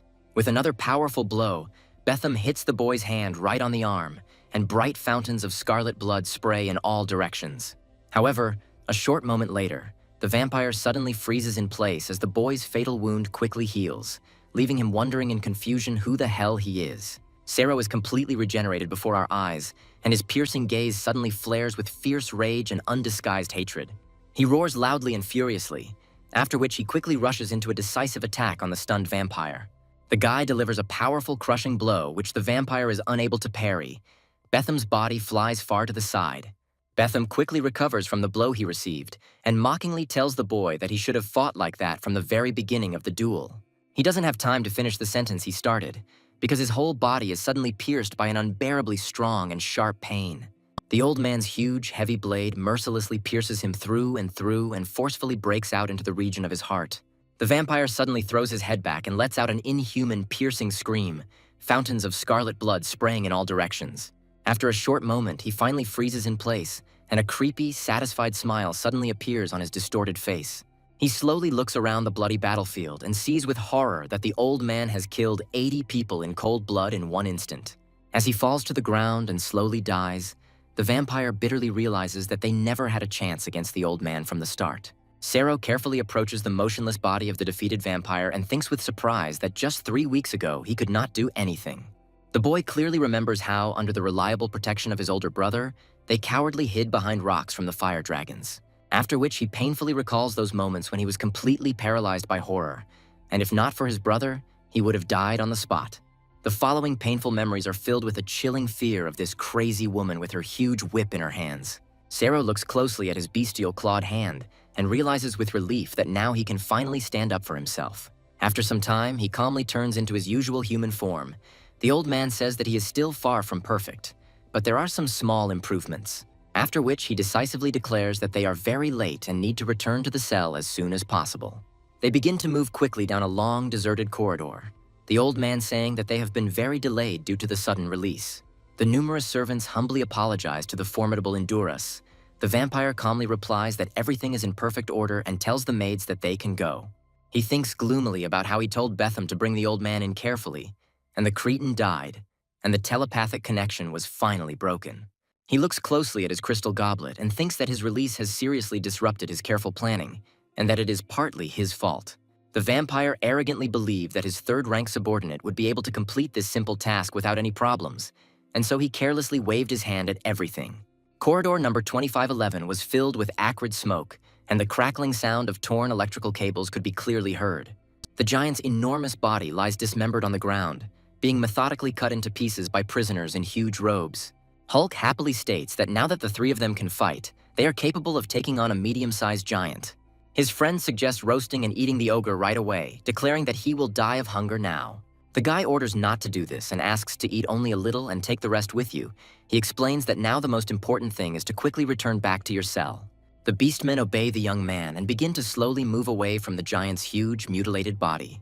They throw huge bags filled with monster meat over their shoulders and silently head back to their cell.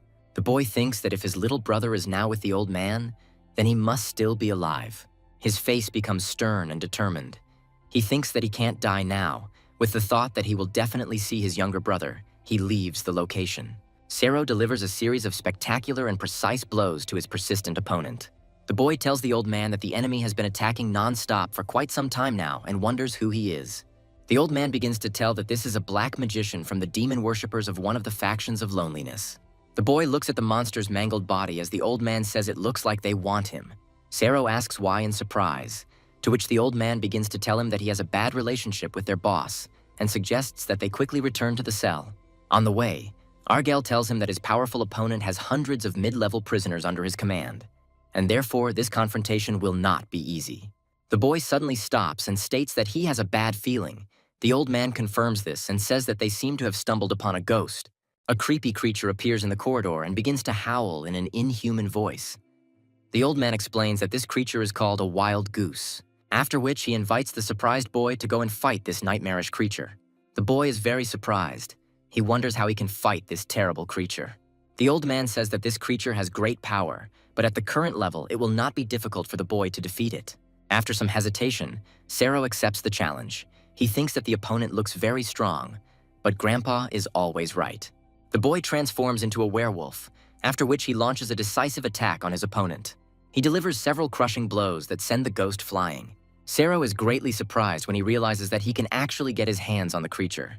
Thinking that he can defeat the ghost, Sero continues his furious attack. However, he loses control and takes several hits that send him flying. The old man knows very well that there are several reasons why prisoners die when they encounter a ghost. He continues to watch the fight and thinks that, of course, the lack of fighting skills is one of the reasons, but the real secret lies elsewhere. The terrifying pressure emanating from these nightmarish creatures is actually fear. All ghosts of the 4th rank and above, and prisoners of the 1st, 2nd, and even 3rd rank, find themselves crushed by this fear and die.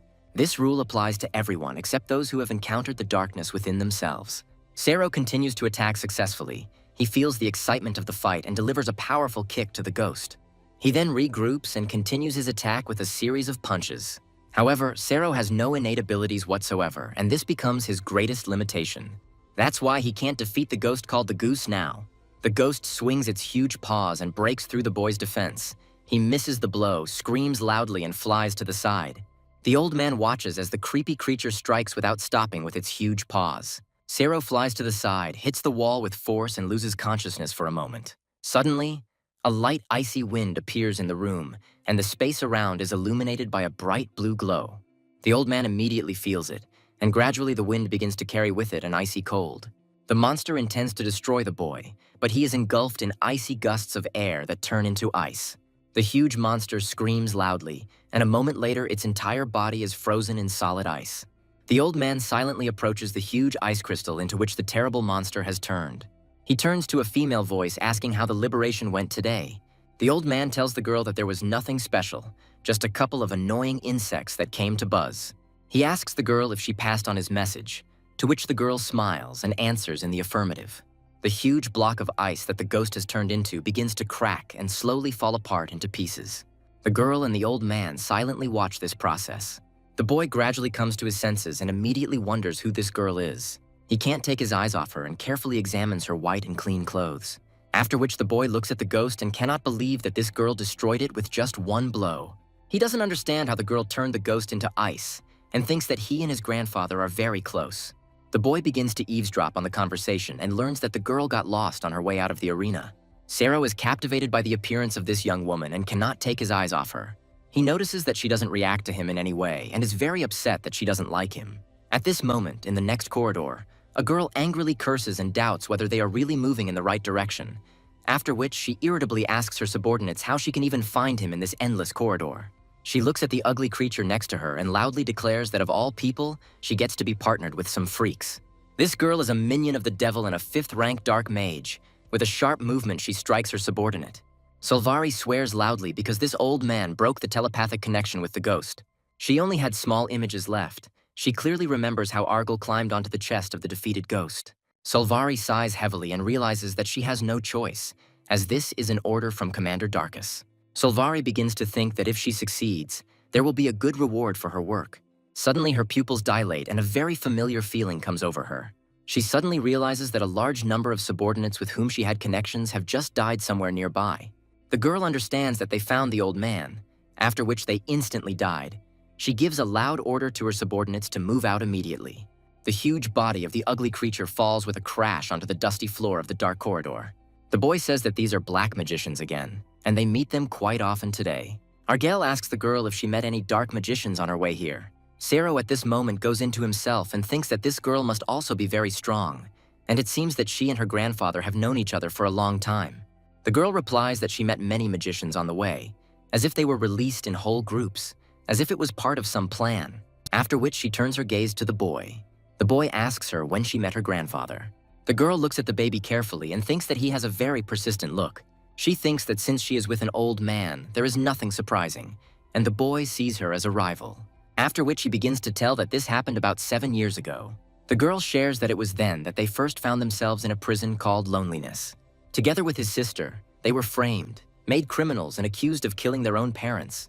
Alone, to survive, you had to kill others, and the girl was ready to completely surrender under the pressure of this disgusting system. But then the old man came.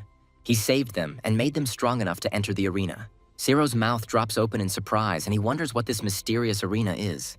Their conversation is interrupted by an old man who quietly says that these insects never end.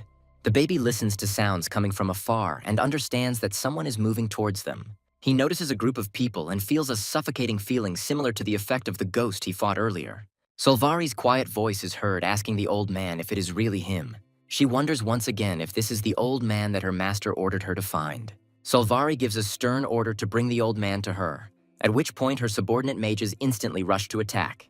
The girl asks the old man to step aside and says that she will deal with this herself. Meanwhile, the dark magicians line up and launch powerful streams of fiery energy. The mysterious stranger cryptically tells the old man that she always wanted to show him this. She runs up and jumps high into the air. The girl wants to show how much she has grown lately. Her body is instantly enveloped in a powerful blue aura of icy energy. At great speed, the mysterious stranger crashes into the ranks of dark magicians. The next second, there is a powerful explosion, and the entire room is illuminated by a bright glow of blue energy. The old man is unable to move from his place and is mesmerized by this confrontation. He begins to reflect on how time is slipping away, like sand through his fingers, inexorably and quietly. Meanwhile, the stranger continues her surprise attack and delivers numerous kicks to the dark magicians. Just yesterday, the defenseless sisters were crying in each other's arms, and now one of them has turned into an invincible warrior. The girl effectively jumps into the air and delivers another series of kicks. The dark mages try to get her, but she moves deftly and continues to attack furiously. The old man thinks that the girl has grown strong, and now the grace of a true lady is overflowing in her. A barely noticeable smile appears on the stranger's face, and she summons snow armor. Instantly, the room is enveloped in a bright blue glow, and the girl's body is covered in sparkling metal armor. The dark mages stop their attack and watch in amazement at this impressive transformation. The girl wonders why the old man still hasn't told the boy why he saved them, but it doesn't matter now. The boy watches in fascination as the stranger walks gracefully, leaving behind a trail of bright ice crystals. He enthusiastically asks the old man how this girl can fight like that. The old man replies that this girl's name is Alice, and she owns ice. After which he begins to talk about how this is a type of ability that controls one of the elements. The old man pauses meaningfully, then says that in this world there is light and darkness. In addition to the basic elements, there are also lightning, wind, fire, water, and earth, which together make up the 7 basic elements of the magical system. Alice has developed her own water element over the years of training to the heights of true mastery and perfection. The old man believes that the inexperienced boy did not notice this at all, and the important detail slipped past his attention. He then explains that the powerful ghost goose possessed a rare element of darkness, which is why he was so strong. The boy is very surprised when he learns about the existence of some mysterious magical elements that he had not previously suspected. The old man becomes wary and understands that things are starting to take on much more complex and unpredictable turns. Alice turns slowly and says in a quiet voice that this simply cannot be. A huge, creepy ghost suddenly appears in the room, screaming wildly and slamming its massive paws hard against the stone floor. The girl remains motionless in her place and calmly watches as a multi-meter monstrous monster approaches her. Ghosts from the prison of loneliness cannot be summoned so easily. They cannot be summoned without a special innate talent. But in the dangerous ranks of the demon worshippers, there is a powerful 5th-level mage with incredible abilities. He has enough accumulated skill and magical power to manipulate ghosts like obedient puppets on invisible strings. The old man firmly orders the confused boy to immediately stand up and position himself right in front of him. He folds his hands into an intricate magical gesture and grimly thinks that fighting the black mages and 2 ghostly executioners alone will be extremely difficult.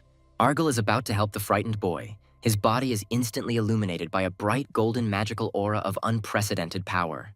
He tells the surprised Sero that from now on they will be very closely linked together by one destiny. The space around them is illuminated by a bright mystical glow, and a strong connection, reminiscent of telepathy, arises between the old man and the boy. The old man clearly understands that he will not be able to hold out in this energy-consuming state for long, no more than 10 minutes maximum. He tells the boy that now he will constantly hear his voice in his head. At this time, the huge ghost executioner screams inhumanly and suddenly rushes forward. The old man continues complex magical manipulations, remaining close to the boy, trembling with fear. He tells him honestly that the boy will most likely lack physical endurance and will lose consciousness, but he should consider this a rare chance to learn something. The giant executioner delivers a powerful, lethal blow with his paws, which end in giant metal scissors. At the last moment, old man Argyle deftly jumps to the side, skillfully dodging the potentially fatal blow. The boy instantly transforms into the terrifying form of a werewolf, while wondering what exactly he needs to learn. Argyle believes that the right time for training has not yet come, but they have no other choice, and he is going to forcibly extract the hidden attribute from the boy. The little werewolf is very surprised to hear this mysterious statement and does not understand at all what attribute is being discussed. Using telepathic communication, Argyle warns the boy that there will now be a dangerous attack from the left to the head. Sero jumps to the safe side in time. The ghost executioner continues to deliver deadly blows with his hands, which end in huge metal scissors. At the same time, the second ghost furiously attacks Alice, who courageously repels all his dangerous attacks. The girl performs a graceful combat pirouette and immediately counterattacks the formidable enemy with her sharp, shiny sword of unearthly beauty. She carefully approaches the executioner and delivers a powerful, crushing blow, causing the entire space around to be illuminated by a cold blue glow. After which, the determined girl continues her merciless attack, jumping high in the air and delivering a powerful kick to the executioner.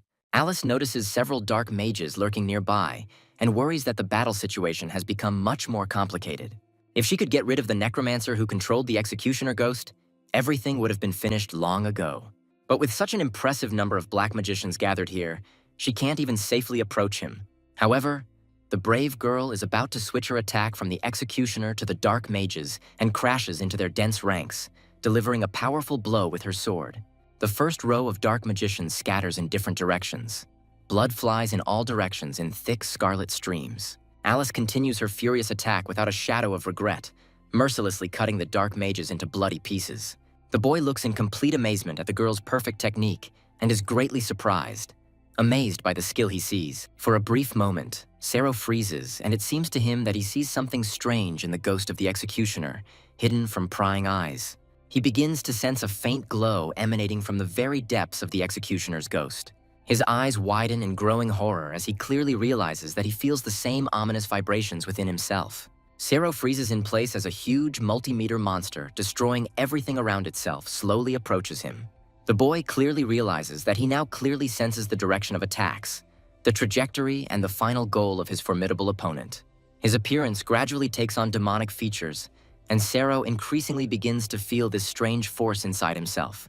The boy realizes that if he simply moves according to this new sensation, he will be able to dodge the blows of the executioner's ghost. The old man notes with deep satisfaction that the boy easily and deftly dodges the ghost's fatal blow. He understands that the boy's sensitivity and his ability to perceive the world around him have increased significantly in a short time. Watching the fight, the old man realizes and understands that the boy has awakened within himself the attribute of freedom of the element of wind.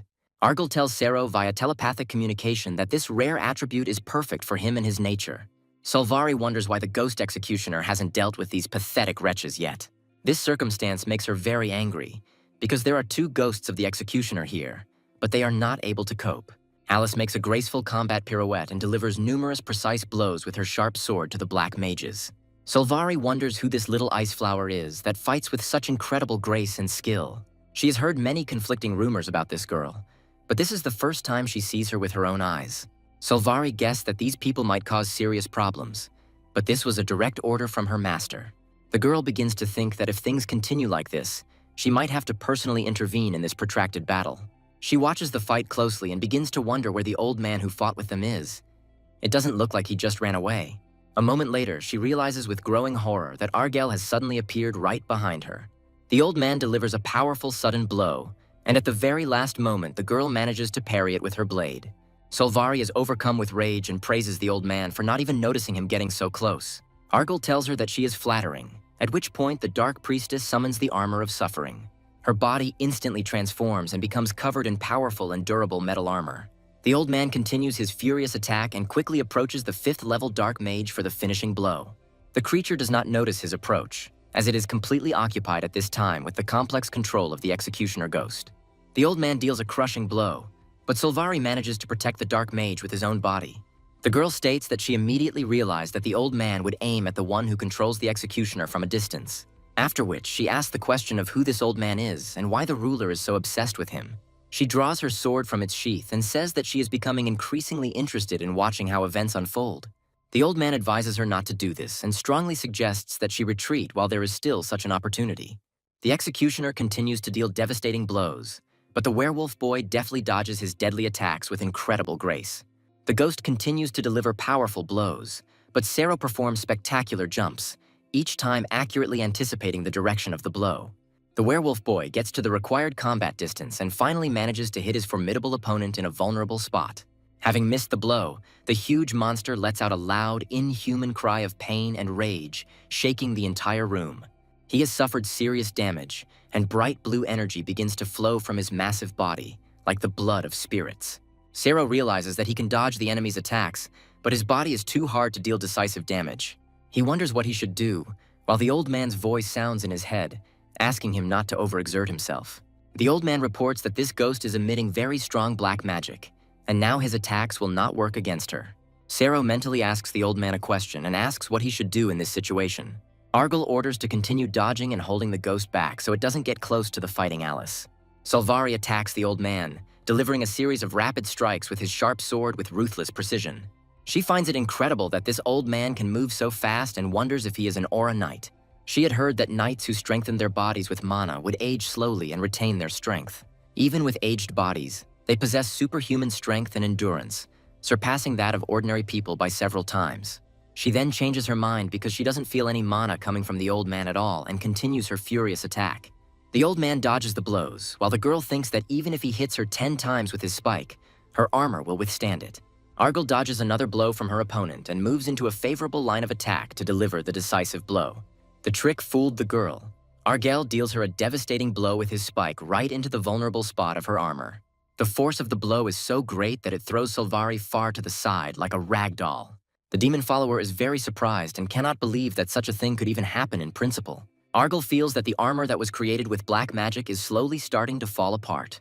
The girl wonders if the old man really possesses a rare attribute of black magic that can destroy her protective spells. She clutches her bleeding severed hand convulsively as the old man slowly approaches her. She is very surprised that no matter how hard she concentrates, she does not feel any attributes from this person at all. In addition, she's worried about the old man's strange weapon, this thin blade of an unusual and unfamiliar shape. Argel continues to slowly approach the girl, clutching his spike knife tightly in his hands. Solvari's body flares with bright streams of aura, and she realizes with absolute certainty that she is facing an extremely unusual and dangerous opponent. The girl summons leather bonds to restrain the enemy and realizes that she must avoid close combat at all costs. She curses loudly with the last words and activates the double armor of suffering for maximum protection from attacks. Dark streams of energy begin to approach the old man, and a girl's voice is heard, saying that she causes fear with her sword skill. However, real fear begins to arise in her soul. She absolutely cannot understand how this old man can resist her. She looks at the approaching old man and experiences a chilling horror of imminent death at his hand. At this moment, Solvari clearly realizes that she is going to die now, and no one will be able to help her save herself. A girl tries to use the latest technique called Suicide Wing to save her life through someone else's death. This is one of the most powerful black magic spells that strikes the enemy at the cost of someone's life. Solvari shouts loudly to the 5th level dark mage that it should be an honor for him to die for her. The dark magician throws his head and arms up and begins to scream terribly from unbearable pain. His body instantly transforms. Solvari realizes that if the dark mage dies, the ghosts will stop fighting and disappear without the power controlling them. But she can't worry about that when she herself is on the brink of death. The werewolf boy and Alice are surprised to notice strange changes happening to the executioner ghosts. The huge executioner ghost noticeably reduces the speed of its attack and begins to slowly freeze in place, losing control, after which his huge body falls to the ground with a deafening roar, raising thick clouds of dust and debris. The werewolf boy crawls back from the monster and wonders in surprise what just happened to this monster. Meanwhile, a huge amount of sinister dark energy begins to concentrate around Solvari's body, and she prepares for the final attack. In a quiet voice, Alice says that she believes that the old man will win no matter what, and she hopes for it. Solvari screams loudly, raising her sword above herself, calling upon the mighty dark forces from the depths of hell for help. She then orders them to rain death upon the enemy in front of her. Huge streams of dark energy begin to approach the old man at great speed. Argyle freezes in place as giant tentacles of dark energy rapidly approach him. A second later, a powerful, blinding explosion occurs, shaking the entire room. Solvari laughs loudly and thinks that she has done a great job and the old man should be dead. She believes that this damned old man must be dealt with once and for all. The smoke from the explosion slowly clears, and to her utter surprise, the unharmed silhouette of an old man appears. Argyle says that he has not seen such powerful black magic performed by such a young magician for a long time. He goes on to say that the girl is talented, but acted extremely recklessly by using forbidden techniques without control. He states that Solvari destroyed her own soul by using black magic so thoughtlessly and carelessly. Solvari screams loudly and inhumanly, and sends 2 powerful clots of dark energy towards the old man. However, they do not cause any harm, as if they were running into an invisible protection or barrier of an unknown nature. Argyle declares that the girl's soul will soon become prey to the triumphant emptiness, and eternal damnation awaits her. Solvari looks at the old man and wonders over and over again why her black magic isn't working. She sees Argyle slowly approaching her, clutching his deadly thorn knife in his hands. The old man delivers a powerful blow that knocks the girl's head off her shoulders and sends her flying to the side. The last thing Argyle heard was Solvari asking in despair why her magic was powerless. Argyle stops and begins to sniff the air greedily, as if sensing the approach of something important and dangerous. Alice slowly approaches him and watches as the last clots of ominous energy leave the body of the dark priestess.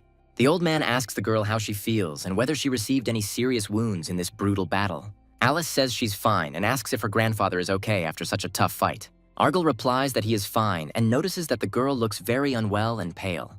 The werewolf boy transforms into his human form and watches them quietly talk about their future plans. Argyle suggests leaving here because who knows what else might happen in this damned place. The girl replies that he is right and says that she will help the boy get out of this dangerous situation. A stranger appears in the room, saying in a loud voice that the old man always acts impressively and masterfully. Alice visibly tenses up and steps forward. The old man asks her not to be wary and says that these people will not harm them. After which he tells the stranger that they haven't seen each other for a long time and is glad of this unexpected meeting. Gradually, other people begin to approach the stranger from the darkness. There are many of them, and they stand silently behind his back. The man smiles broadly and happily and tells the old man that a lot of time has passed and he did not expect to see him in such a place. The old man tells the girl that the man's name is Aobi. This visibly bothers her, and she replies, "Is he really one of the fanatics?" The Zealots are a group dedicated to the eradication of heretics and those who have deviated from the true faith and the right path. Long ago, they swore by the names of 11 constellations, symbolizing faith, hope, and love for higher powers. The girl is tense by this calming smile. She thinks about how many people this man killed with such a calm expression on his face. Aobi begins to happily talk about how they were preparing for liberation. So they came to cleanse the dirty aura of the demon worshippers. He bows respectfully before the old man and says that it was they who should have done this, and not strangers. Alice is very surprised, because it's not every day that a 6th-rank prisoner bows to someone and expresses sincere gratitude. The man stretches his hands forward, and a bright, shining golden aura of healing magical power flares up in his palms. The fanatics begin the healing process. The werewolf boy happily reports that all his fatigue is disappearing and his wounds are quickly healing. Aobi is glad that they liked it and tells them about the blessing spell, which is a small thanks for helping them. He tries to cast a spell on the old man, but he stops him and says that the man already knows that it won't work on him. Argal says that he is tired and they will return home right now. The man asks them to be careful. In parting, Argal asks to take care of other innocent lives that are left in this dark loneliness without protection. The man thanks the old man again and says that he was glad to meet him after a long time of separation. He watches them go with a long look and quietly says that he will come to their aid at any time if needed. After which he falls to his knees and says that the old man is the only one who hears his innermost desires and prayers. All the remaining fanatics also fall to their knees and begin to pray, ready to gladly sacrifice their lives for a higher purpose. Many are walking the right path alone. Aobi prays for all of them and for his devoted people. They continue their prayer and in the end call Argal their only true savior. Meanwhile, the old man and his friends continue their journey along long, endless corridors, illuminated by the dim light of rare lanterns. The boy asks the girl what kind of relationship there is between the grandfather and that mysterious man from the group of fanatics. Alice begins to explain that she has only been with him for about a year since she arrived in Solitude, so she is unsure how close they are. However, she believes that being associated with someone like fanatics is very sad and limits a person's personal freedom. The girl tells that the old man said that he does not like those who blindly believe in the constellations. The boy asks if believing in God is bad, to which the girl replies that no, it is completely natural and one cannot directly say that it is bad. Believers in the constellations do not intervene directly, but sometimes they appoint representatives of their will and use their power to help the weak. Sero falls silent and silently looks at the old man walking ahead of them along the dark corridor with confident steps. After some time, the old man announces that they have finally arrived at their destination. A bright holographic sign appears in the air, Block 5251, indicating their exact location. Alice is amazed. No matter how much she thinks about it, the old man's abilities are truly amazing and incredible. She still can't understand how he even finds his way around these confusing corridors and knows exactly where to go. The girl tenderly hugs the old man and says that they will definitely meet again soon. Alice watches them, thinking that many corridors are worse than death, but not for the mysterious Argal. She begins to think that these endless corridors are the real path to freedom for the old man. After some time, Argal and the werewolf boy reach the familiar block 3498. The baby's eyes widen and he notices with amazement that this is their native camera. Long after his release, the little boy finally returned to his cell with his grandfather. Long, long days passed, but all the other prisoners still did not return. Time continued to flow, and day after day passed, and week after week followed another week of waiting. The boy thinks that, looking back, he notices how much his life and character have changed during this time. Previously, he was hesitant every now and then, and constantly hid behind the back of his more experienced older brother. He remembers his first real fight, when he furiously rushed into an attack on a stronger and more dangerous opponent. Next comes the memory of how he accepted himself as a werewolf and stopped being ashamed of his nature. It never occurred to Sero that he could handle such a powerful opponent as the formidable Betham. But now he fights and kills without thinking, and even his appearance has noticeably changed during this time. Moreover, recently he began to think much more often about life and his purpose in this world. The old man tells the child that it seems that his mind is beginning to awaken just as his physical body is. The boy thinks and looks closely at the old man, trying to understand the meaning of his mysterious words about awakening. The next second, he jumps down abruptly and tells his grandfather that it smells strange and that the smell is approaching them. Argal states that it must be Mon returning after a long absence from a dangerous trek through the corridors. The boy says that the man doesn't usually smell like that, to which the old man replies that he must have used his true strength during the battle. Argal thinks to himself that this disgusting stench arises from the painful transformation of the human body. He tells the boy that Mon was as dangerous a creature as the dead Betham from the start, and asks if he knows what to do. The kid gives him a determined look and says that everything is crystal clear to him. He replies that he will never doubt his actions and decisions again. At this moment, Man enters the block with his many people. The boy says that he understood the main rule of this place: kill or be killed. Argal confirms that this is indeed the case and admits that the harsh truth of the prison called Solitude is the same for all prisoners. Man smiles evilly, then calls the old man brother and says that, "Thank God everything is okay." The man states that he has been terribly worried since they passed each other in the corridors, and is glad to see the old man safe and sound. The werewolf boy suddenly transforms into his fighting form and charges at him in a furious attack without waiting for any explanation. Man takes a powerful blow and flies far to the side, barely able to stay on his feet after the unexpected attack. The man begins to get very angry and wonders why the hell he was attacked so suddenly without warning. The boy thinks that he hasn't seen him for quite a long time and believes that it is definitely not the same person. Mahan addresses the old man as a brother and asks what is going on here. He demands that the boy be stopped and says that he has gone completely crazy, to which the old man orders him to stop pretending. He tells the man that even in the corridors he tried to lure them into a trap, probably wanting to use them as ingredients for his drugs. Man realizes that he has nothing left to hide. His appearance transforms and he calls the old man a shameless old bastard. Argal takes out his knife, and a man's voice is heard asking when the old man found out about their insidious plan. Drops of thick blood slowly flow from the sharp blade and fall to the floor, forming a large, dark puddle. The entire room is littered with lifeless corpses of Mon people, creating a picture of a real bloody massacre. The man sits limply on the floor and continues to call the old man names, calling him a damned old freak without honor or conscience. Argal confidently states that they all made a huge mistake by underestimating his true capabilities and strength. He is both a demon worshipper and a powerful vampire king, all of whom have miscalculated their plans against him. The old man says he knows who the man serves, mentioning the Mafia King, and confidently states that none of them can handle him. He states that they will only be able to come to him when he wants them to. Otherwise, they won't even be able to look at him. After which the old man says that enough chatter and confidently states that this is where it will all end. He raises his knife for a fatal blow and rushes at the man with the determination to finish him off. In a huge office, a communication device is turned on, after which a holographic image of the interlocutor begins to appear above it. The prison director begins his scheduled report and officially announces what the commander of the prison planet says: loneliness. He tells his interlocutor that he had previously sent information about the old man Argal and asks whether the higher authorities had looked at it. His interlocutor is a powerful lord who owns the prison of Solitude and controls all processes in it.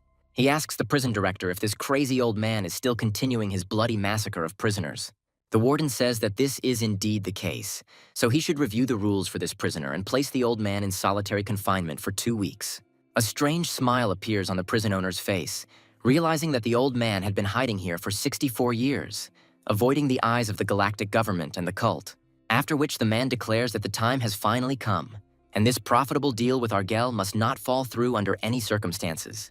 The warden realizes that powerful people are gathering to see the valuable goods in person.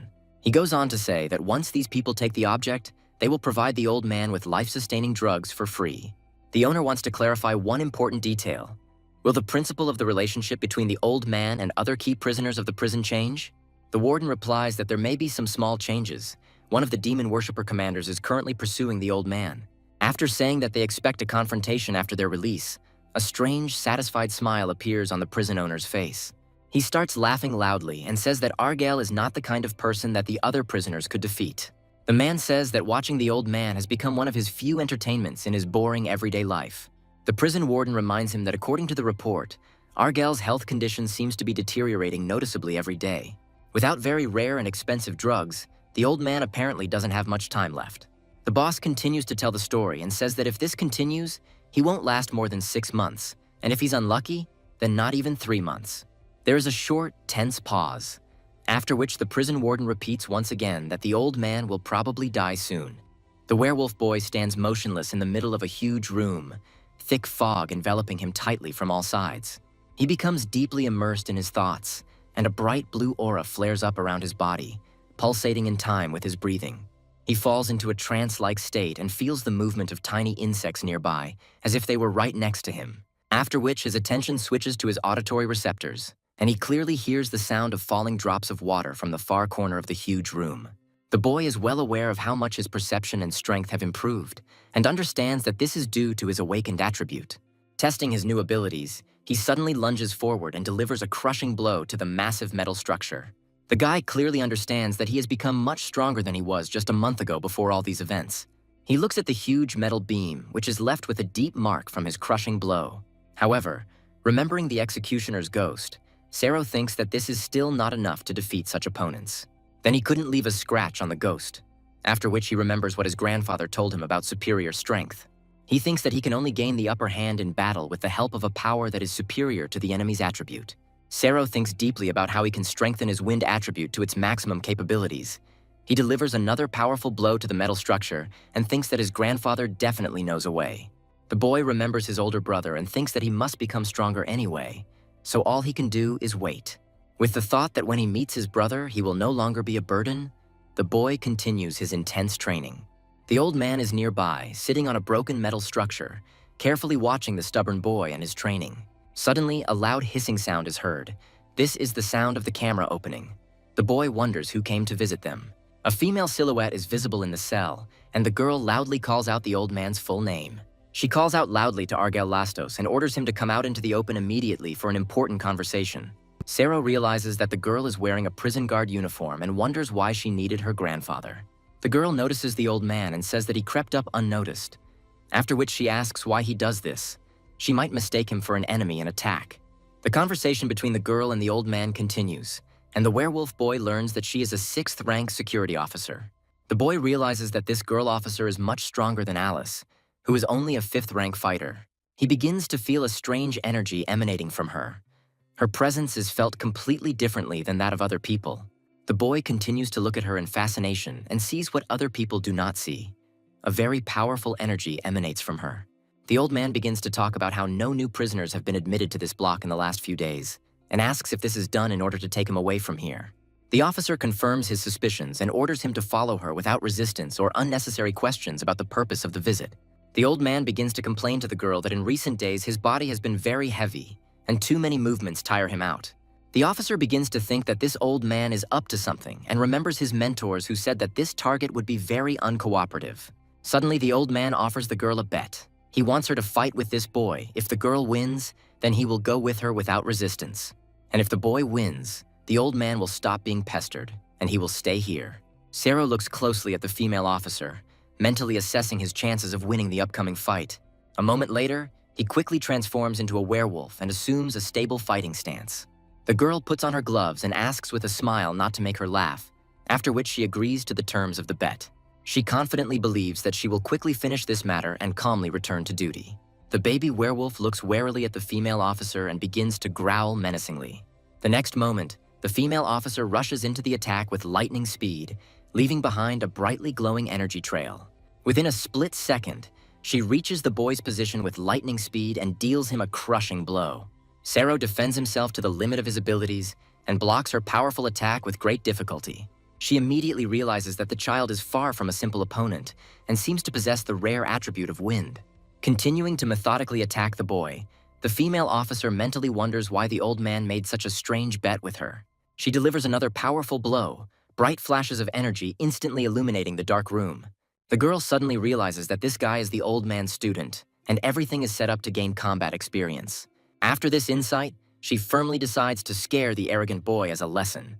The officer continues his furious and merciless attacks, and the werewolf boy barely manages to dodge the blows. Suddenly, he is surprised to realize that his opponent is using the exact same wind attribute as him.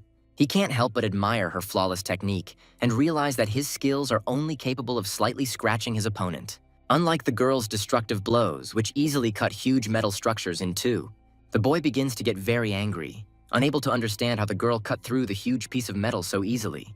However, after a while, he noticeably calms down and smiles happily, thinking that if others could do it, then he can too. The old man watches the unfolding fight closely and reflects on how it seems to have greatly motivated the boy. However, everything that was happening greatly angered the already stern female officer. Sero realizes with growing alarm that the girl's aura has changed dramatically, and she has become like an evil fury. He can clearly hear the old man's voice in his head, insistently ordering him to focus and just dodge the blows for now. At this critical moment, the girl suddenly appears right behind the unsuspecting boy. The old man mentally asks the boy to hold on until the end. Even if he doesn't have the slightest chance of winning, Sero is extremely surprised. because he didn't feel the girl approaching at all and only managed to dodge a powerful blow at the last second. However, the security officer does not intend to ease the pressure and methodically carries out a whole series of powerful blows on the enemy. Sero is completely unable to fight off this merciless attack, and his body is instantly engulfed in an excruciating wave of sharp pain. He feels that he cannot move at all and begins to slowly lose consciousness, at which point a girl looms over him menacingly. The old man understands with concern that this girl is undoubtedly a very difficult and incredibly strong opponent for his young protege. The boy receives a crushing knockout blow, after which he completely loses consciousness and begins to slowly return to his normal human form. The security officer calmly tells the old man that the boy is still alive and there is no need to worry too much, after which he reminds him of his victory in the bet. Argyle completely agrees with her and states that in this case he will go with her without further questions. After this, they head towards the exit of the chamber and begin to slowly walk along an endless, dimly lit corridor. The old man carries a boy on his back who is still unconscious. After some time, the baby opens his eyes and calls his grandfather in a quiet, weakened voice. The security officer abruptly orders the old man to stop immediately and loudly informs him that he has gone the wrong way. The old man calmly tells the girl that moving to the right will be much faster, and besides, he wants to stop somewhere else. This begins to make the girl very angry and irritated, but after thinking a little, she agrees, because this route is also on the way. She clearly understands that it is better not to conflict with Argyle and not to put unnecessary pressure on him without special need. After a while, they approach a huge metal gate, which begins to hiss loudly and slowly open under the influence of powerful pneumatic drives. The boy instinctively closes his eyes from the bright, blinding light and wonders in bewilderment where they are and why it is so unbearably light here. They go inside the block, and the kid asks the old man in surprise what this mysterious and noisy place is. The spacious block contains a large number of prisoners who work hard on numerous exercise machines. The old man explains that this is the largest training center. The boy watches with curiosity as the many prisoners perform their grueling and intense training with astonishing persistence. It seems that their thoughts are occupied with absolutely nothing except keeping their bodies in excellent physical shape and endlessly pumping up their muscle mass. Sero turns his interested gaze to the muscular athlete who lifts huge, inhuman weights to the loud, supportive shouts of his comrades. The old man turns to the boy and in a quiet but firm voice orders him to listen to him very carefully. Argyle says that he must go with the guard, and the boy stays here to train and gain strength. The old man says that he has absolute faith in the boy and that he will definitely cope, and promises to come in 2 weeks. Sero, in a confident and decisive voice, tells his grandfather that he will definitely last this time and will not let him down. Argyle remembers the werewolf boy's last fight with the officer and realizes that it will indeed happen exactly as planned. He knows for sure that he doesn't have to worry about the child, since he has already received quite sufficient and valuable combat experience. Argyle tells the baby that in this special place, his natural wind attribute will become much stronger than it is now. He sincerely hopes that the boy will turn into a full-fledged werewolf warrior who will be able to confront dangerous high-ranking opponents. The baby resolutely clenches his little hands into fists and firmly thinks that he will certainly become much stronger. His eyes suddenly glow a bright red, and he asks for a little bit of patience, promising that everyone will soon see what he is capable of. The trio slowly walk further into the noisy gym, and they immediately attract the attention of all the many people present. One of the muscular athletes continues his intense workout, simultaneously consuming a nutrient solution and wondering what business the prison guards are here for. The female officer begins to wrinkle her nose in disgust and thinks with disgust that the stench of human sweat is simply unbearable here. And she is also extremely annoyed by the fact that everyone here walks around with such an important air, as if they really have something to be proud of. She sharply orders the old man to quickly finish his incomprehensible business and go outside, where she will patiently wait for his return. The coach greets old man Argyle in a friendly manner and asks in bewilderment what he is doing here with this small and inexperienced brat. A huge, muscular man boldly declares that this is by no means a kindergarten, and the old man is well aware of this. The prisoners nearby listen carefully to their tense conversation and wonder how quickly the fifth-ranked trainer will start a fight. The coach busily folds his powerful arms across his broad chest and wonders with curiosity why the old man has brought such a young product this time. Argyle politely tells the coach that he is glad to see him, but thinks that this is not the best place for serious conversations. The coach reacts unexpectedly and rather strangely to this seemingly ordinary statement from the old man. The prisoners nearby were very surprised and clearly did not expect such humility from the always aggressive trainer. The old man tells the man that this time he wants him to take this young boy under his wing. The coach begins to accuse Argyle of not always fulfilling his promises and offers to make a new deal. He states that the conditions remain the same, and if he takes this kid under his wing, the price will be a fair duel. Argyle thinks that he did very little to beat up this cocky brute in their last meeting. However, the old man agrees to the proposed deal without hesitation and says that they will settle everything in training room number 94. After this, he says that he has absolutely no time and he must leave immediately. He asks not to fill the boy's head with nonsense. Argyle leaves the training block. The big guy quietly says after him that they have a deal and he can do as he pleases. A malicious, foreboding smile appears on the trainer's stern face, and in a loud voice he calls the boy a puppy, ordering him to follow him. The boy begins to become noticeably worried, especially after the man says that he can tear him to pieces at any moment. After this, Sarah obediently follows the huge, pumped-up man to the place of the upcoming training. Quite quickly, the female officer and the old man reach the special regime block. There are horrible solitary confinement cells here, and the reaction of the prisoners she brought here was always exactly the same. The prisoners desperately begged for mercy, some laughing hysterically as their minds sank irrevocably into the all-consuming darkness. Many people could not withstand the colossal mental and physical pressure and took their own lives in this cursed place. After all, no one can bear the endless darkness that presses on them from within and without having the slightest idea when it will finally end. The female officer fiddles with the electronic door lock for quite a long time, and the old man sarcastically asks if it would be possible to hurry up a little. The heavy doors of the punishment cell slowly open, and the female officer wonders in bewilderment why this strange old man remains so calm. She feels a strong sense of surprise, because it is as if this gloomy cell and oppressive darkness were a real home for him. The officer leaves the punishment cell. The old man begins to explain to her how to find the way back, but the girl interrupts him, declaring that she will figure it out herself.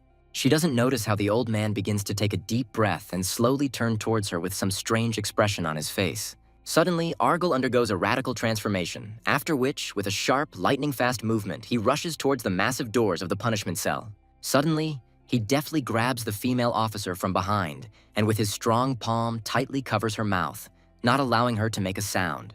The girl experiences growing fear and begins to feverishly think about what this unpredictable and dangerous old man is doing. Argyle continues to twist the girl's arm back while she thinks that this idiot has completely and irrevocably gone crazy. Two jocks are slowly discussing the boy among themselves. One says that it's not bad for a first time. Despite his terrible physical shape, his comrade indifferently replies that this puny guy is clearly not able to withstand even a decent weight during training. The boy understands what the coach meant when he threatened to tear him apart, probably to the point of complete exhaustion. Sarah looks around at the men nearby and thinks that he is genuinely surprised that all the prisoners are only concerned with physical fitness. He finds it quite strange to watch men who are interested solely in their figure, posture, and how much weight they can lift, and nothing more. After hours of grueling training, the trainer sends the exhausted boy into a dimly lit fighting ring for the real test. The prisoners watch the young boy closely, and their stern faces slowly begin to show openly bloodthirsty and cruel smiles. They talk quietly among themselves, and unanimously agree that this guy has absolutely no real chance of winning. One of the experienced fighters slowly stretches his huge muscular back and asks curiously who this little brat is. The man slowly gets into a fighting stance and thinks about how this little brat is too young to be a real werewolf. The trainer loudly orders the fighter to knock the boy out and break a couple of his ribs as a warning, reassuring him that he will recover quickly. He knows perfectly well that the old man only cares about those valuable objects that are worth at least tens of millions.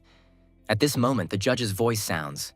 The referee gives the order to begin the fight, and the huge brute instantly rushes at the boy with the clear intention of ending the fight as quickly as possible. The baby begins to transform rapidly, while the trainer thinks that this is the only way to find out if the object is really worth much. The fighter is of the 4th rank, but he watches with undisguised amazement the boy's rapid transformation into a dangerous beast. A satisfied and predatory smile appears on the coach's face, and his cold eyes openly reflect the growing greed and self-interest. The fighter delivers a series of powerful blows and is very surprised, because werewolves are not able to defend themselves until they are 20 years old, and this kid behaves differently. The trainer immediately realizes that the cunning old man taught the boy all these useful skills, and loudly orders the fighter to continue his merciless attacks. The man obediently listens to the trainer and raises his huge muscular arm to deliver a crushing blow to the opponent. He easily breaks through the boy's uncertain defense, and the powerful blow sends him flying away from the center of the ring. The fighter continues his furious and merciless attack. Sarah, with great difficulty, manages to contain his onslaught and pressure. The boy desperately defends himself with all his might and is very surprised at why the enemy's blows are so unexpectedly heavy. The boxer's movements are fast and sharp, but his blows are not comparable to those of the real monsters with whom the boy fought earlier. He calms down a little and begins to listen carefully to the enemy's trajectories, trying to anticipate the next attack. In his head, the old man's familiar voice clearly sounds about the attribute as a technique that uses life force and requires endurance with psychological stability. The old man sternly reminded him many times that if the baby lost his mind, he would simply die, and ordered him to avoid frequent use of the attribute. Sero begins to think that this is not a real fight with killers in the corridors, but a fight to improve abilities. However, he is unable to control the wave of energy inside himself, and the boy's eyes begin to emit a bright red glow. A moment later, his entire body glows with a bright blue aura, clearly indicating that he has begun to use his natural attribute. Sero suddenly rushes forward and delivers a crushing blow to his experienced opponent, putting all his accumulated strength into it. The boxer manages to block the powerful blow with great difficulty, and his massive body is thrown back a full meter with force. He begins to get very angry and irritated, not understanding how the boy was able to dodge his blows and counterattack so strongly in response. To the growing surprise of the experienced man, Sero does not stop there and continues his furious and merciless attack. He easily breaks through his defense and delivers a series of powerful blows, causing blood to spurt in all directions throughout the ring. The werewolf boy's body begins to glow even more intensely with blue light, after which he delivers a crushing final blow to the enemy. The boxer receives a large number of serious wounds and, screaming loudly in pain, falls limply onto the hard floor of the ring. Sero easily leaps over his fallen opponent and gracefully lands behind his unconscious body. The prisoners watching the fight immediately fall silent and fearfully realize that things are not so simple with this child. Just a minute ago, they were laughing loudly, mocking and cruelly joking with the boy, but now they do not utter a single sound. The trainer realizes with undisguised surprise that this kid turned out to be much stronger than he had previously imagined. He looks closely at the boxer who had barely reached the 4th rank and who now lies defeated on the cold floor. Sero slowly begins to realize that attributes are a special ability that even a rank 5 cannot handle. The prisoners' enthusiastic voices can be heard, admiringly noting that the boy, who was trained by the mysterious old man, is truly strong in battle. They watch Sero closely and speculate about the mysterious way in which the old man chooses his students, by talent or by pedigree. The coach grimly realizes that he absolutely cannot accept such a humiliating outcome of the fight, and menacingly moves towards the boy. He curses loudly and contemptuously calls Sero an insolent brat, then threatens to say that he will be the next one to fight.